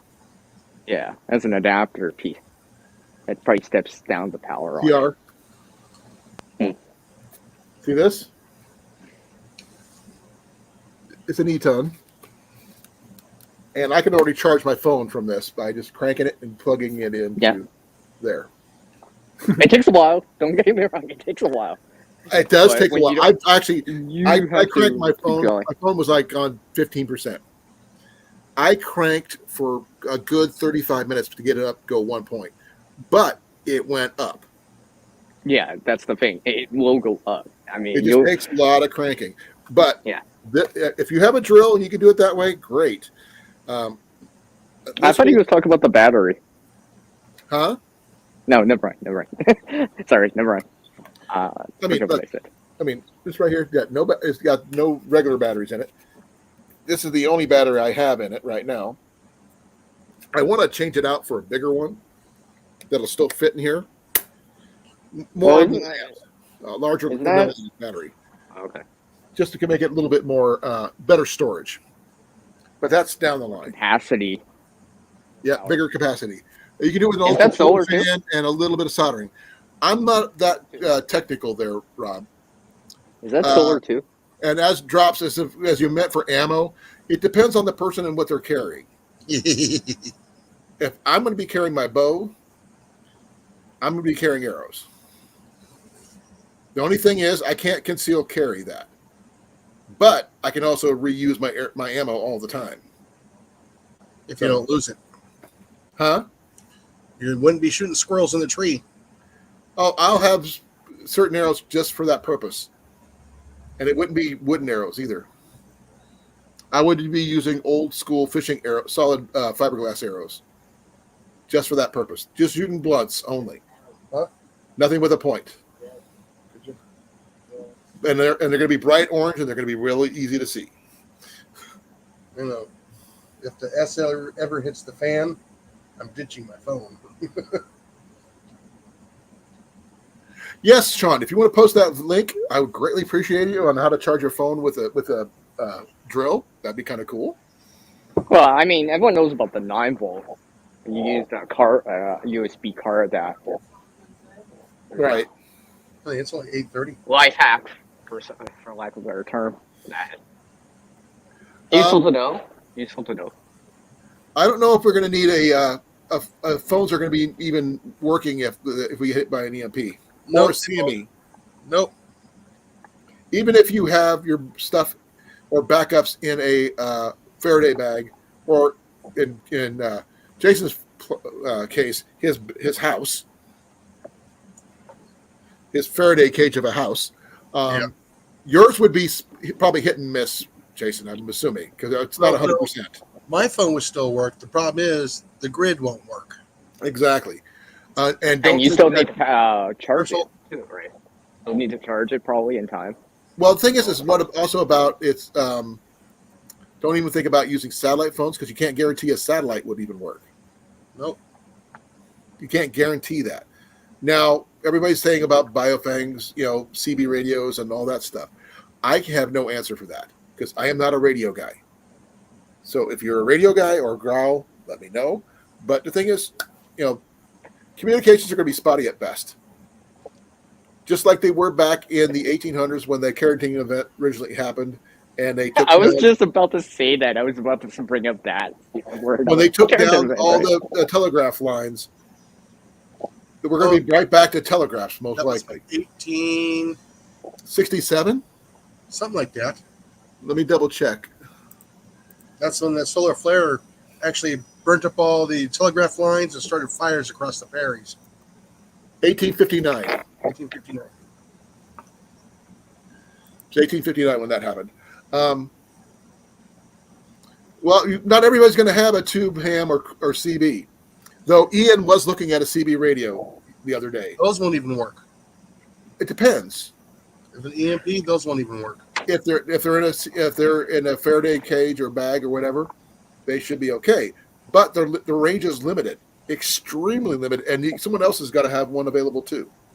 If you have a kicker and the atmosphere is correct, you can get several hundred miles. That's sideband. That's using sideband. Yeah. And my dad actually used to use his radio to talk to people in Australia. Mm-hmm. And he didn't have a true ham station. Yeah, you gotta play that skip. My dad was a master of that. I mean, he would talk for hours for people, 4 hours straight to some guy in Melbourne. Don't ask me how he did it. He just did it. Which is a lot. That's why I always consider the coffee break. That's what is basically this is named after. It was my dad's coffee breaks when his CB radio. That's where it came from. Because this is basically the same type of thing. Similar, but different. I don't know about tube radios or anything like that. I don't know if vacuum tubes? What about talking about vacuum tubes? What about a crystal set? Does anybody know if the crystal radios would work? If you guys know what those are? CR, have you ever heard of those? No, I haven't. What, the vacuum tubes? No. A crystal radio set. Oh, yeah. From back in the day. I mean, we're talking my dad's day. Yeah, we're talking, hey, Ajax. We're talking pre... In the 50s or 40s and 50s. Well, they were even using them after that up to the 70s. Basically, it's a homemade radio that requires no batteries. But it picks up AM radio if it's available. But they used to have kits for sale that you could build your own, and it picked it, including a speaker that'll help you, receive radio signals. I'm sure you did, Drops, but it doesn't, not everybody is. My dad was that way. I am not. But I know about it. That's all I can tell you. But look, let's see. I'm gonna see if I can find anything on it. Oh, those actually came down in price. Wow. What? Those actually came down in price. EMP Shield has come down in price. Big time. Let's see if I can find it. Crystal Radio. Amazon has a. That's parts. That's not it. Yeah, Amazon has a Crystal Radio set. Oh, by the way, Colin, I gotta go at the top of the hour. You always do, No, actually, that's why I'm specifically saying it. but you always do. Well, because I remember one of the other times I was there. We get on a topic and it kind of goes. Mm. But this is what I was talking about, a Crystal Radio set. And basically, the only thing you have is an earpiece, as you can see on this one. Okay. There's the earpiece right there. And that's the whole thing. There's no batteries involved. You gonna lay down? Okay. What do you guys think of that? Now, will you get really good radio signal? I have no idea. You gotta ground it correctly. But the thing is, if there's no power, there's no grounding. This is picking up free airwaves. Now, And of course, you're gonna be able to. Someone has to transmit out to pick up something. that's what I mean. You can't guarantee what you're going to receive. If anybody's transmitting, you might be able to receive it only on an AM radio frequency. Let me double check, make sure that is in a what frequency it runs on. Amplitude modulation. I almost had to remember those acronyms for that. I have no idea. It's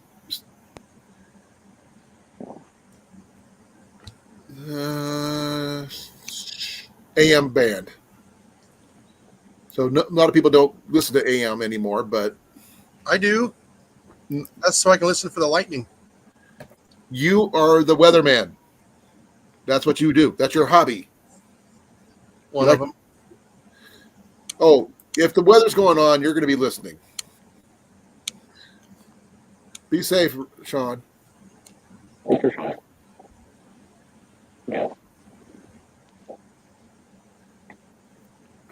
Well, drops, it may fry, but you should be able to replace it. Because it's just copper wire, and you can replace the copper wire. Yeah, you need 20 gauge or smaller. Well, I mean, I always see if it was an EMP, we probably don't have far worse issues than just no communication or no internet or it's the infrastructure itself. There is a device that you can add into your home that will protect you against EMPs. Power surges? Surge Power protector? surges, yes. And a whole house surge protector is what it's called, I believe. It's called the EMP Shield and lightning protection. It will protect your house from one direct hit. You're talking about the Go ahead. UPS? Yeah, the UPS? No, EMP. No, a UPS. Oh, no, I thought you were talking about a UPS device. This is the name of the company. Uninterrupted power system. Yeah, this is the name of the I company. thought those didn't work for EMP. Okay, EMP and CMEs are two separate things, folks. Yes. And a CME, which is more likely to happen. This one protects against all that. And the thing is, a CME, in my studying, will not take out 100% of all electronics because it won't be able to get through certain structures. So if there are certain cars in certain parking structures, will be protected more than others. Yeah, anything that's going to be a long wire is going to be the only thing affected out in the open. up in the Right. air, just like at 1859. Now, Cullen, if you pull up EMP shield, Okay, give me a second. Let me do that.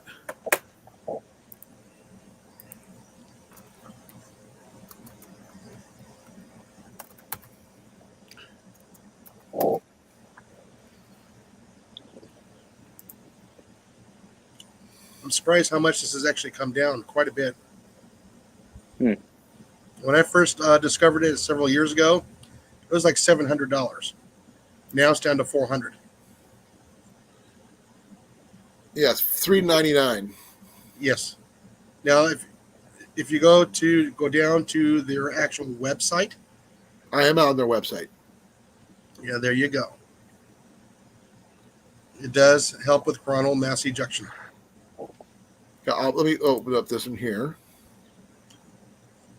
Okay. So I'm trying to find information on it here.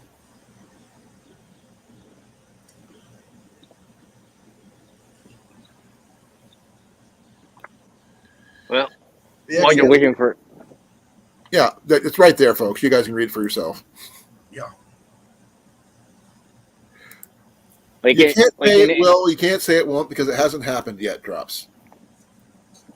well, It's been tested. regardless if it happens or not, or if you have it or not, you still have to score away the other stuff too. There's no point in It's having not- EMP protection without any food to protect or anything like that, right? Priorities, right? Sometimes you got to prioritize for preparedness or survival. Certain things a little bit more important. If you have time, the money, the funds, and the effort, try to Yeah. square away these other things too, right? But Well, without the water, without the water, some water, some cover, that doesn't help much. Right. Well, I mean, like certain people's houses, such as Jason's with his tin roof And walls. and walls, so those would help somewhat. I mean, is it 100% protection? No. No. But it's like for a CME, everybody's screwed anyway, especially if they're near the blast area. I don't care who you are. But a CME is different than an EMP. So a CME, you have a percentage that will survive. Yeah, things that won't affect. Does it mean it won't happen over a period of time? No, because that's one thing about coronal mass ejections. They can happen at any time. Like right now, they could hit us, and we're screwed. And why? Because that's what the sun does. Yep. 8 minutes ago. It's just one of those weird things. We'll talk to ourselves blue in the face about this because everybody has their opinions about it. They're all right. We're all wrong. We don't know that until Yeah, Drops. If I lose internet, I cannot use my phone. Unlike his, if I lose the internet, I can still use my phone. Yeah. But if the towers get taken out, then that's a whole different ballgame. That's why I was wondering about, if we're talking about CB radios and ham stations, and I'm not sure about those biofang things or the satellite radios or anything like that. But that's a whole different topic on the communications another day, because I'm not jumping down that rabbit hole right now. That's a big thing. I don't thought, have half of what I need for that under communication. yeah, I'm still working on that aspect. I mean, Now, you gotta have the food and water first, right? So to eat well, and drink. if you got the basics: food, water, shelter, the big three. Nah. You're going to survive. Now, if you have more than that, awesome. Yeah. Long as you're safe. That's my biggest worry for any of you. I don't care how prepared you are now or later. I worry about you guys making it to the next day alive. Yep. Yeah, let's all make it to the next same thing chapter, for me right? and mine. Yeah, let's all make it to the next page in the book. And well, the thing is, make it to the next chapter of things where we could eventually hook up communication wise that we know each other's alive. Awesome. That'd be great. Mm-hmm. Like saying channel 17 on the CB radio 20 years from now. Who knows? You just open up a weird channel and say, "Hey, I'm here. I'm alive." Am I 100%? Doesn't matter. You're alive. You're there. Still kicking.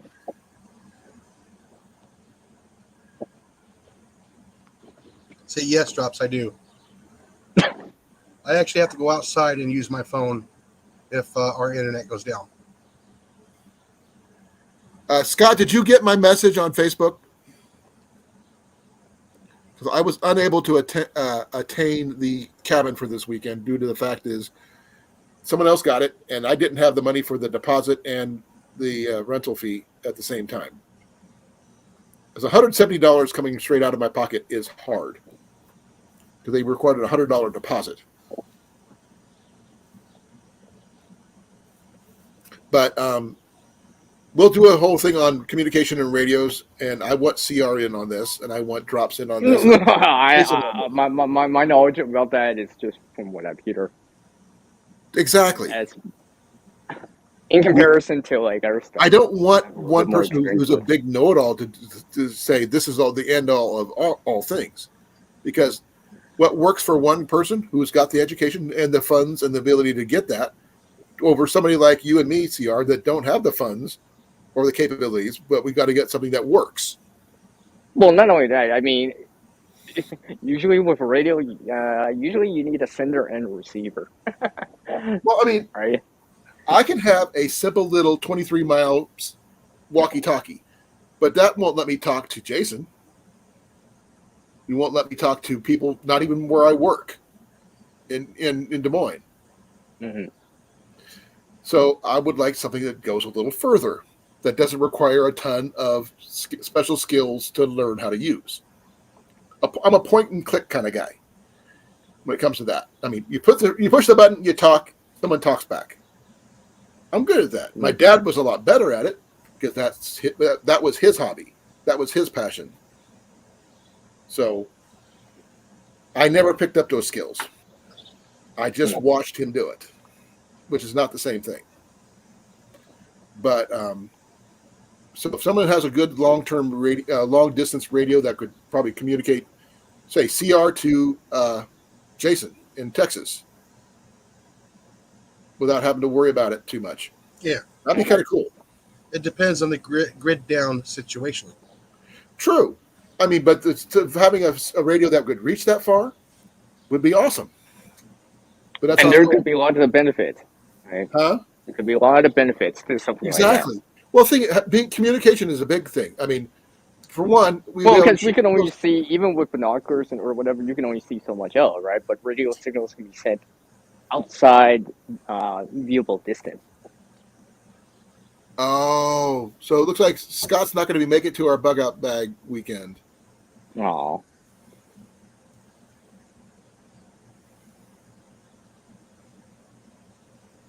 Yeah. By the way, Drops, the skin on my house is 18 gauge steel.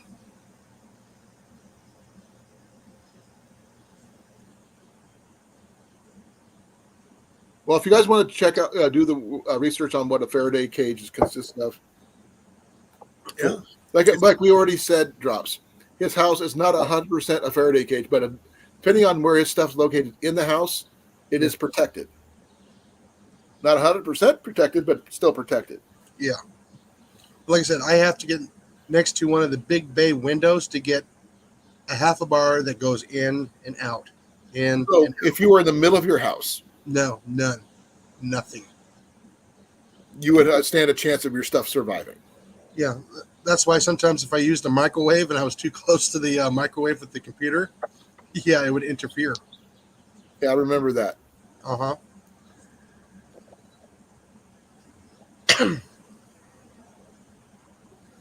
I would like to know more about that one, Scott, down the line. So it looks like it, folks. It's not going to be Scott's not going to be attending the bug out bag this weekend. It would be Dan will be with us, so we're going to be hooking up with Dan this weekend. So that's going to be still a good thing. We can still do our things we were planning to do. So that's good. That's good. It's going to be a little Make it small. a challenge. It is a challenge already. I just, things happen. I kind of figured it might. but it happens. It's just a long way for him to drive from South Dakota down to Iowa, especially southeast Iowa. Hey, Mike. Hey, Big Mike, how you doing, brother? Will Mike? Well, those are all good things there, Mike. Storms are past. Gremlin has been thwarted, and your heart is still didn't explode. That's good. Well, okay, Scott. Well, do me a favor. Hit the thrift shops, secondhand stores, and heck of it, garage sales and the like in your area for the same price and do the same thing. And show off what you got. It'll still be the same thing. It'll just be a different location. Mm-hmm. Now, if anybody else wants to participate, you're more than welcome to. Just to see what I want to see the thought processes you guys have in your heads. What makes a bug up bag for you? Because go ahead. If you can afford, I'm working on a. if Let's yours just is a say, work in I'll, progress, for I'm talking lack of about a better something you term, can do on video. a more budget version of one. Cecilia has seen parts of that video I posted back in last year about it. There's gonna be another version of it, Cecilia. By the way, so stay tuned for that. By the way, The EMPs can affect people's pacemakers too. Just let you know. CMEs and EMPs can affect a pacemaker. And arrhythmia is no joke. No, it's not. So I'm glad I don't have any of those. So I'm lucky on that point. But if you guys want to participate in this and you can try to do it your own version of it in your own areas, whether it's from a yard sales, garage sales, thrift shops, flea markets, what have you got in your area, if whatever you got, I'd love to see what you guys put together. Now, it doesn't necessarily have to be $100 challenge. Do what your budget can afford. But just put the thought process is what counts. Colin, like I said, I'm doing a budget that pretty sure anyone can do. Well, when you're done with that one, I'd like to see it. I still have to record it, let alone. I mean, the stuff's kind of. I'm putting it together, but I still have to. Well, CR, like I said, when you're done, I'd like to see it. That's all.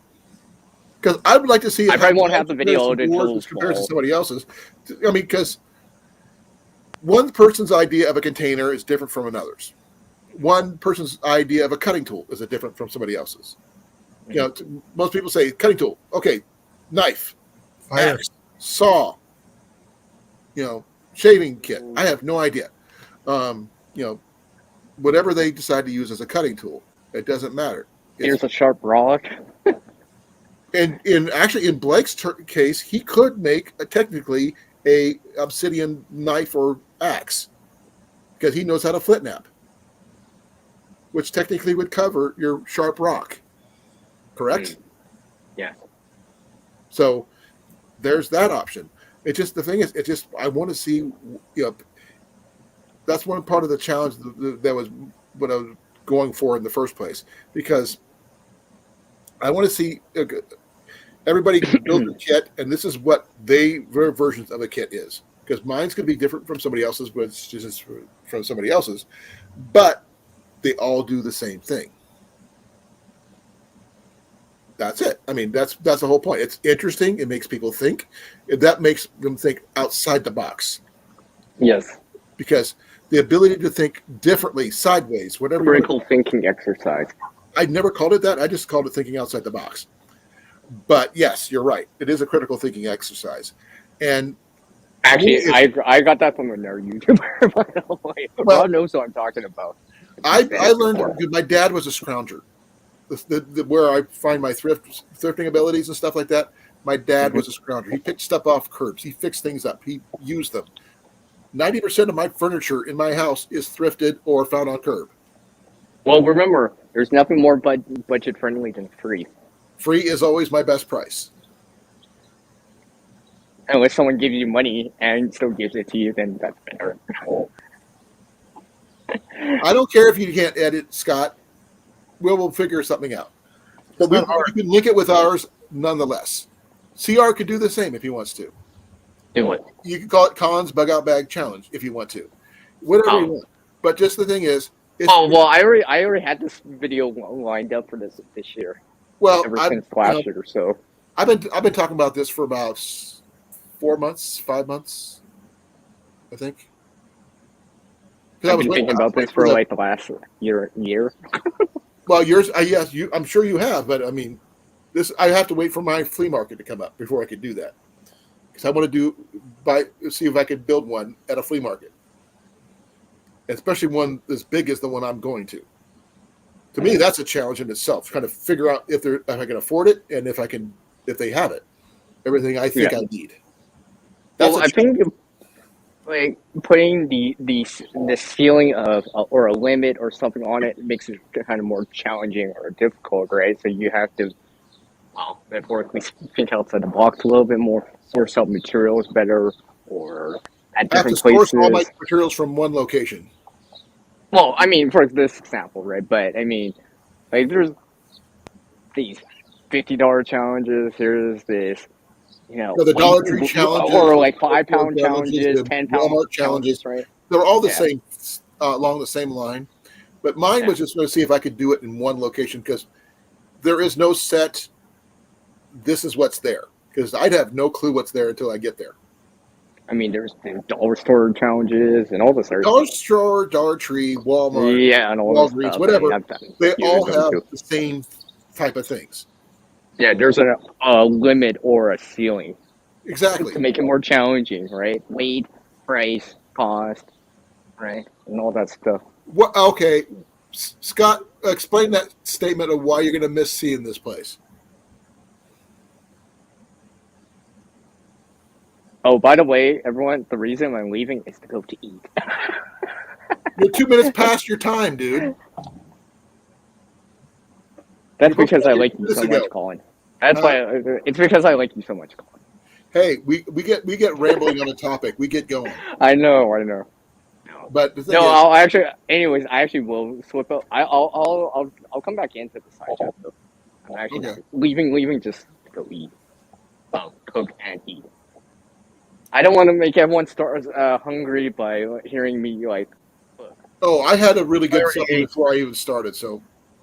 No, I meant the side chat, not you guys. I know you guys. Oh yeah. Anyway, I'll see you guys in the side chat. I'll be on the side. Yeah, go eat. All right. See you in a bit. Yeah, the flea market's amazing, Scott. I mean, I tried doing video lives from there, but the signal sucks. So I figured I could record as much as I can. I'm going to be taking my GoPro with me. I'm going to be taking my phone with me to record. And I'm going to try to haggle, if I can, a little bit to try to save on money. But I have no idea what I'm going to have available to me until I get there. And 20 acres is a lot of ground to cover when you have a bad knee. So it's going to be interesting to see what comes out with me, because I won't be able to traverse 100% of 20 acres, not in a single day. It usually takes me 2 days to go through it. So I got to hope that my memory of certain vendors who choose the same spots every year is accurate enough, and they're actually coming back, that I can go there and pick up the stuff I need, and hopefully get it for a decent price. Now, that's the biggest challenge for me, because I don't know if people are going to be there with the stuff I need or not. I can just hope. I didn't have roast beef. I had turkey. I had potatoes, bacon, and Brussels sprouts. I had a buttock, thin sliced deli meat turkey sandwich with potato chips and potato salad, and a glass of milk, and coffee, which was I had during my stream so far, because I'm almost done. Which I'm still going strong after 2 hours. I think I'm doing pretty good. Yes, they do. I can't tell you because I don't know the names of the vendors there, Rob. Because I was only there one day, and I didn't have a lot of money last time. I just had some money, but I'm planning on doing this, and hopefully, I'm also going to be paying for a campsite for a couple of days too. So I'm going to come in on Friday, leave on Sunday. I still got to pay the entry fee of $7 for Jenny, Ian, and I, and we're going to go do our thing and see what happens. One of the things I am going to be doing, besides the gear stuff, is I'm always on the lookout for bow stuff. Just like Jason, if he went there, he would on the lookout for air rifle stuff or black powder stuff or anything like that, because those places have them. Yep. You just got to find them and see if you get them for a decent price. Yeah, don't pay overpriced. The thing is, you know what you're looking for. You know what the prices generally are. So you know you're on more even ground than most because you're a little more educated than most on that particular subject. Oh, Rob is always looking for vintage Batman stuff. Oh, you want me to keep an eye out for vintage Batman stuff? Yeah, he's looking for that Adam West stuff. I will keep an eye out for vintage Batman stuff, Rob. If I do, I will see what I can do. If I do, I'll send you a text on Instagram, or I'll call you through Instagram if you're available. I know time zone changes and all this crap because it's during the day here. I don't know what the time zone is there, and I'll let you know if I find anything. Be well, Cecilia. Take care. Sorry, Drops. I've been kind of zoning out on your conversation over here on the chat. I'm just trying to keep up.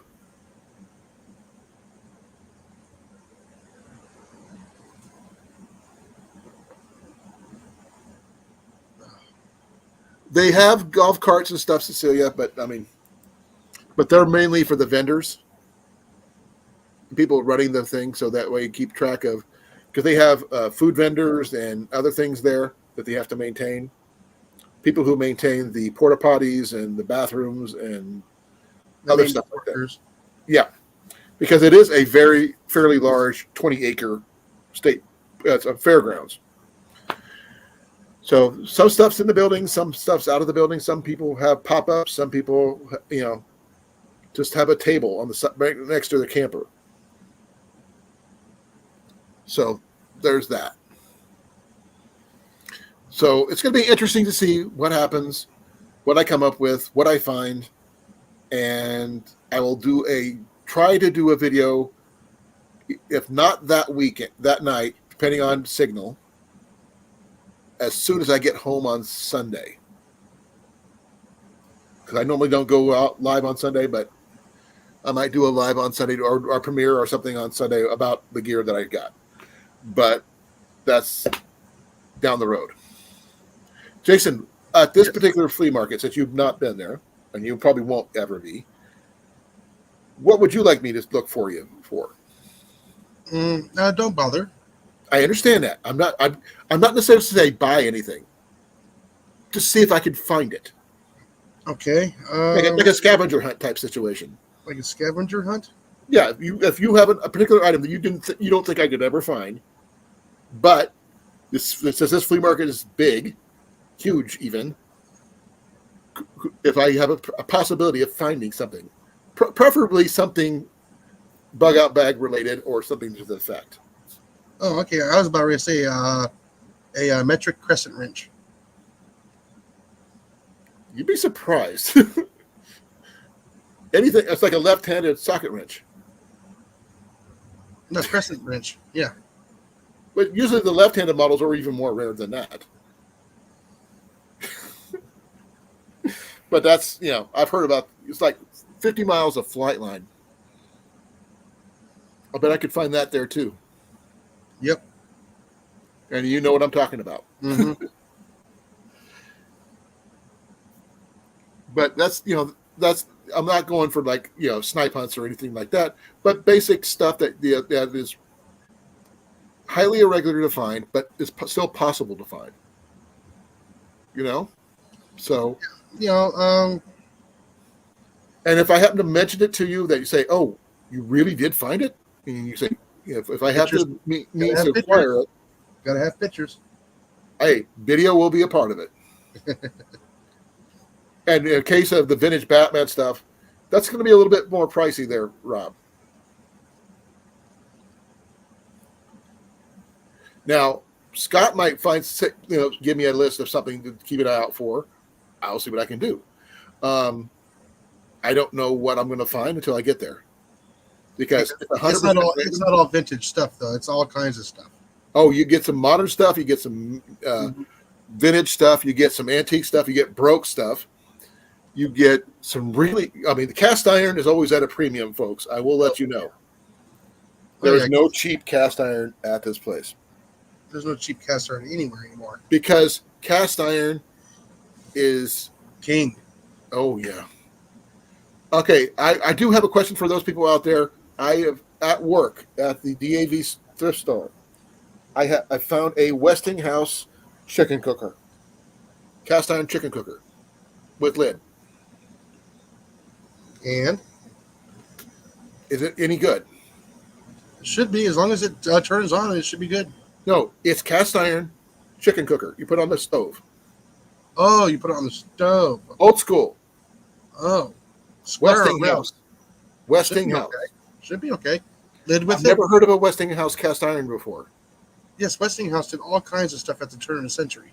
I heard about them doing appliances, but not cast iron. Oh, they were doing that before appliances. Okay. But they have one for $5.95. With lid? With lid. Which turns into a separate pan, by the way. Yes, it's just like the Wagner. It's also like the Brahmer, like Ian's got. Mm-hmm. But his is more of a big pot and with a secondary lid like that. Not necessarily a chicken cooker like this one is. But yeah, we went $5.95 for it. If I had the money, I would have bought it, but I don't have the money. So, and I won't get paid till Friday, and that's probably going to be gone tonight or tomorrow. Because that's how fast things go out of this place. Because they put rock bottom prices on these things. Yeah, well, if it sits on the shelf, it's expensive. Brand new on the shelf. But on the shelf, $5.95 is like near impossible. If a product sits on the shelf and it doesn't sell, it's expensive rental space. Pretty much, yeah. No, but the thing is, there's guys who go through and buy bulk items and they sell them online. No, there's nothing wrong with that. No, it's their business. That's but right. The thing is, that's why I've been learning to find stuff and set it aside if I can, so I can buy it myself. But I'm not sure about Westinghouse cast iron. That's a whole different ballgame. As long as it's still seasonable and everything else is not roughed up, it should be fine. Because it's better than nothing. Well, I would say not better than nothing. It's better than the Chinese stuff. Because it is made U.S. Yeah, I'm just trying to see if I can find it. I've seen some other stuff like it, but not Westinghouse. There, I guess they sell them at Walmart nowadays. I didn't know that. They're like $68 normally at Walmart. Well, there you go. So there you go. They went at $5 for it, $6 for it. That's a good price. A very good price. Myself, I'm a firm believer in Griswold. Love Griswold. But I do have some of the other brands like Wagner. I do have a couple Wagners. Picked up a Wagner lid for a number 8 lid for $3, which is kind of unheard of, but prices at this place is like phenomenal. I just got to have the money. The only problem I have is that I cannot buy anything while I'm working.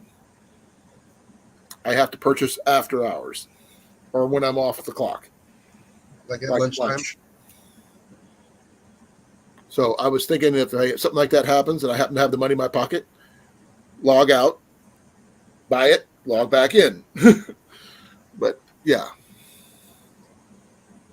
But that's neither here nor there. So right now, my big next thing I want to get from there is that backpack, that Kelty backpack, because it fits me and it's comfortable. and it's nicer than the one I have. But the things people donate is just phenomenal, though. It's somebody that usually passes away, and that's where they take it.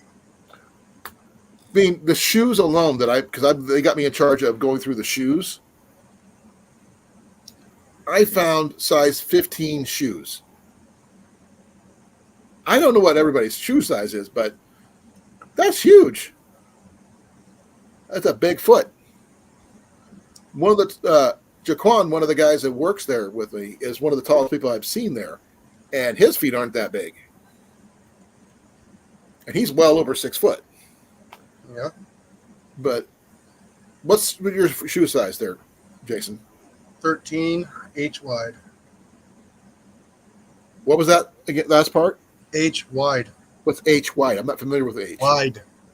Just too wide. Yeah, that's wide. My feet are wide. Okay, so it'll be a normal 2 wide type situation. Okay, I'm familiar with that one. Because the regular wide shoes you get like at Walmart and anywhere else, I will blow out the sides. Rob, we just sold a whole bunch of black cowboy boots in general last week. H for wide is in hippo. Oh, speaking of that, hip waders. We just had some hip waders come in yesterday. Really? Yeah. For those people who go fishing, hip waders are a must. Oh, yeah.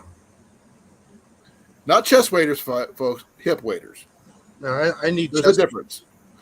I know Jason knows what they are. But we've gotten in fly rods. We've gotten in all kinds of different things. How can you get bamboo in? We do. From time to time. Not all the time, but it's kind of, hit and miss. But in order for me to catch them, I got to see it come in, and I got to grab it when I see it. Because if I don't, it's gone. Oh, yeah. We got this one guy that comes in. Any new computer stuff comes in, he's on it. He snagged it. He's on it, huh? Oh, yeah. We got other guys who go through all our T-shirts, and they get all the T-shirts. Anything that is remotely valuable is gone. Really? Like within about half an hour. And they go up with probably 30 or 40 shirts at a time.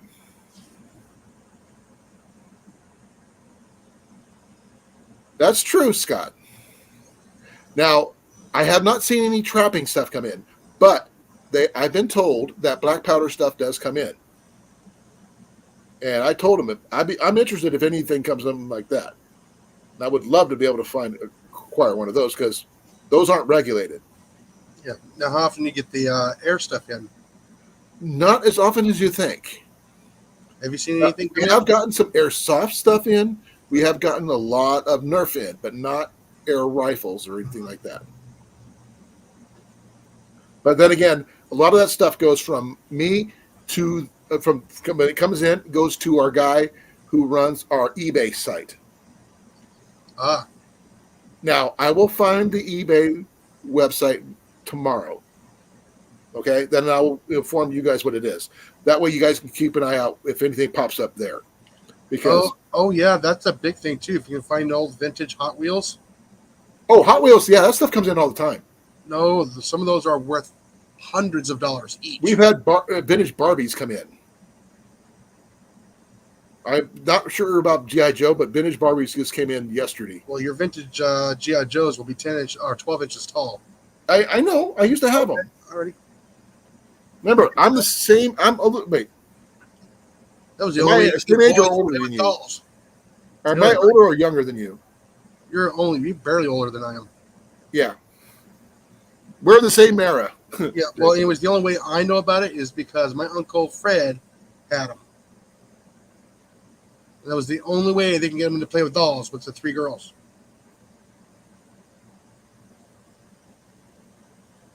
Yeah, you send me a list on Instagram there, Rob. I'll see what I can find. No promises. No, I'm not buying them right off the bat unless I have money on hand. Okay. I'm not. My money is for other things, but I will keep. If it's something you can't live without, let me know. The Holy Grail. Yeah. Is a possum thong. No, it's not. Yeah, it is. Because I only know of one in existence. Moleskin one. literal moleskin one. It was at a Tukchuk's encampment at Penzik one year. And you know what Penzik is, and you know who the Tukchuks is, probably. Not offhand. They're like a subgroup, but you have to create your own clothing for certain people. Oh, okay. And they were a person was given a mole skin, a literal mole skin. Yeah. Normally they give them rabbit skins, but this is what they were given. But that's neither here nor there. But our Eric stuff is always cool. I mean, if I would have had the money, Scott, when we were together and got that cannon, I'm not sure what you guys would have done if we would have had a cannon available. What would you have done, Jason, if you would have found out I bought a cannon? Let's fire it. I would love to have you come up and fire it with me because I think it'd be kind of cool. But finding a place to fire it would be the big issue. I can just use bread. Make a big boom. Cheese. Nope, bread. We could do a whole Mythbusters thing. Excuse me. Welcome back, CR. If you want to make a possum one, Scott, go right ahead. Hey, Cope, how you doing? Trapper J had one, or has one. I'm not sure what type. I mean, if you guys seen the little short that I did, I don't know what. I think it might have been a signal cannon, but it was awfully big for most signal cannons are about so big. This one was about maybe a quarter size of a full size one. That's still pretty big because the barrel was like that big around. Yeah. So I don't think it was a signal cannon though for something with a barrel that big. And it was a vintage one. It was not a new one that made to look old or anything because I checked it. I mean, literally hand forged nails and stuff like that. Square bolts, the whole 9 yards. Square nuts, whatever that is. 50 millimeter possibly, like he said. That would have been freaking cool to shoot. I mean, I've seen people shoot cans out of those. Still same issue about where would you freaking fire it? Out in the woods, take out a tree. Take out probably a lot of things. But I don't know. That was fun shooting that 2-inch and 4-inch cannons. Oh, I bet you were. Any more videos coming out from them? No, not right now. His wife is sick right now, so Okay. she's going through chemo. Okay. Well, best wishes to them, please, from us. Oh yeah, so we're always going. How's she doing? Are you doing okay? Well, I meant from all of us here Yeah. because I've been my mom went through all that, so I understand completely.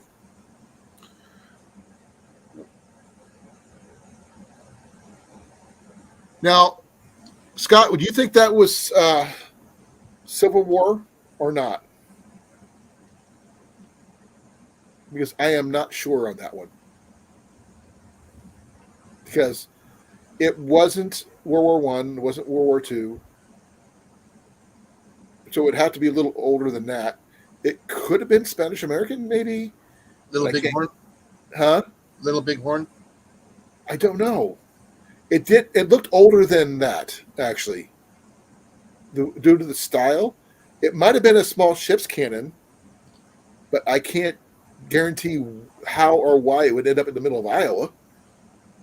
Because it had the chain set up for where it'd be chained in place. And still, same issue. I wouldn't know how it would even begin to end up in Iowa, unless it was an old admiral who happened to have it in their collection or something. You can go over to Mike's place and shoot it there. Well, no, Mike's place is not as big as you think. It used to be, but not as big anymore. And his stepmom has issues.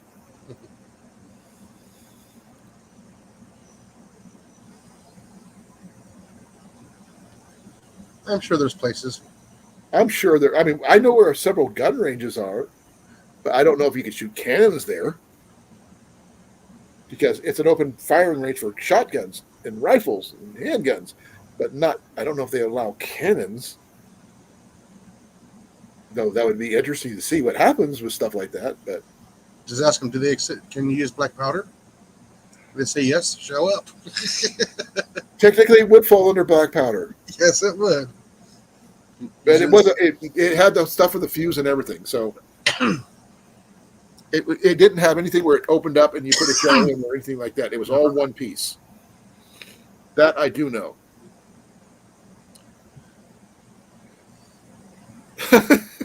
Well, Scott, we missed out on that $1,250 cannon. If you wanted to destroy your GMC, then that would have been an interesting dilemma on that point. But the odds of us finding another cannon like that, probably not going to happen in my lifetime. Oh, yeah, well. But the thing is, I'm still trying to figure. I mean, if it was a bow, I'll definitely go out of my way for it. But a cannon, other than the cool factor, saying I own a cannon, and what do you think? Someone's going to ask you, "You have a cannon? What kind of camera is it?" It shoots cannonballs. We couldn't nickname it the Cannonball Run. See, and oh man, now it makes me want to watch the movie again. Oh dang! But oh man, this is a long ways off the main topic, but it's okay. I am getting tired, folks. Alrighty. It is almost 9:30. We're going really well on topic there for a while. Then we got off topic. Then we got really, really off topic. I'm sorry to say you can't make it to the thing there, Scott. I really wish maybe sometime in the future, because the flea market does happen 2 to 3 times a year. We could try to get you to the next one, maybe, and we can hook up at that one. Exactly, Cope.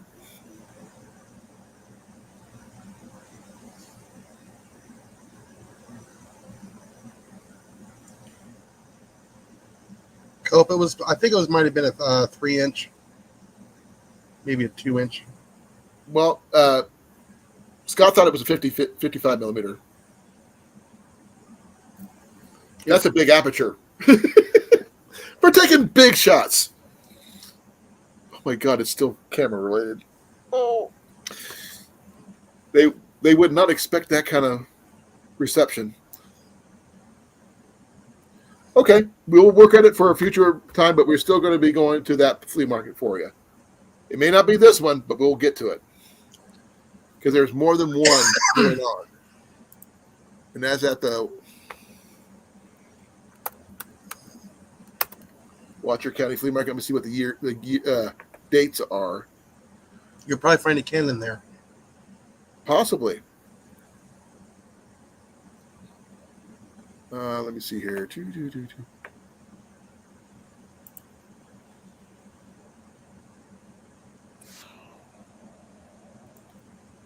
Oh, they have a video now. Well, let's watch this one, folks. Who's this?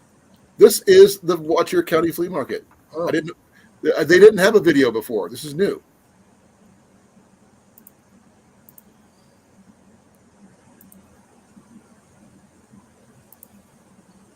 Let me start it from the beginning here.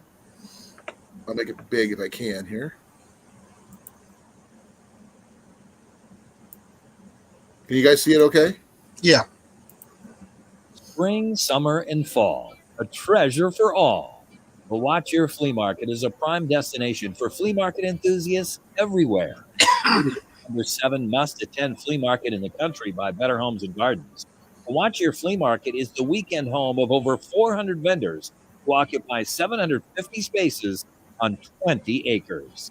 Since 1977, the Watch Your Flea Market has built a reputation for being one of the best flea markets in the Midwest, with ample space for parking and a large grounds for buyers to explore the treasures that await them.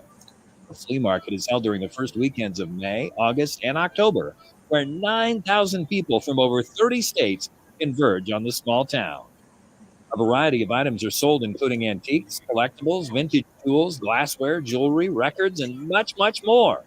The Watch Your Flea Market is located at the Keokuk County Fairgrounds in Watch Your, Iowa, on Highway 21.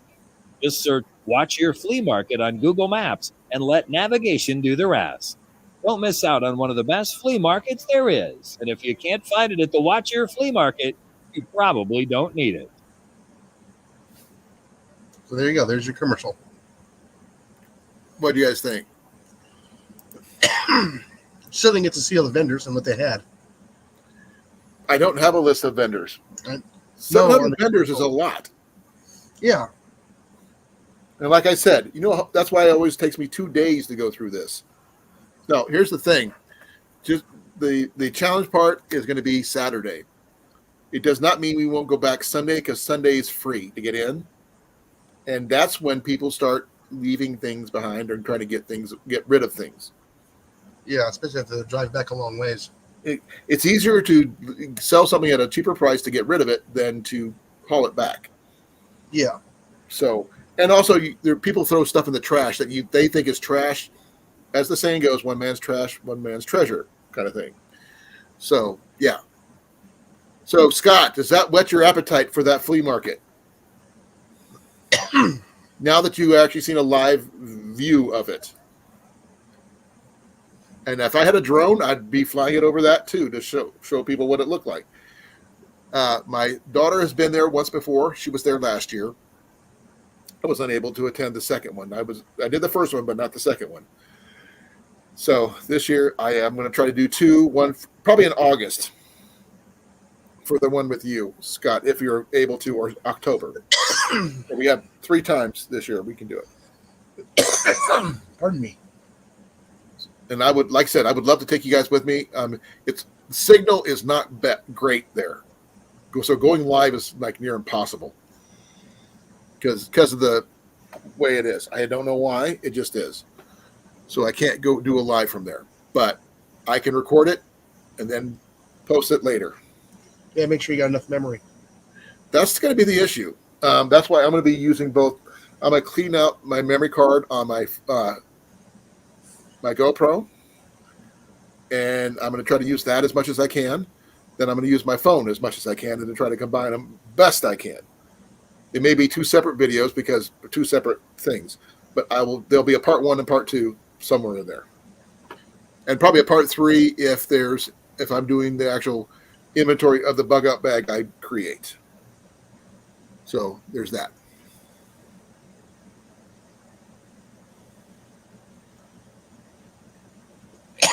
Matches. Huh? Okay, Jason, can you explain what he just said? SD said.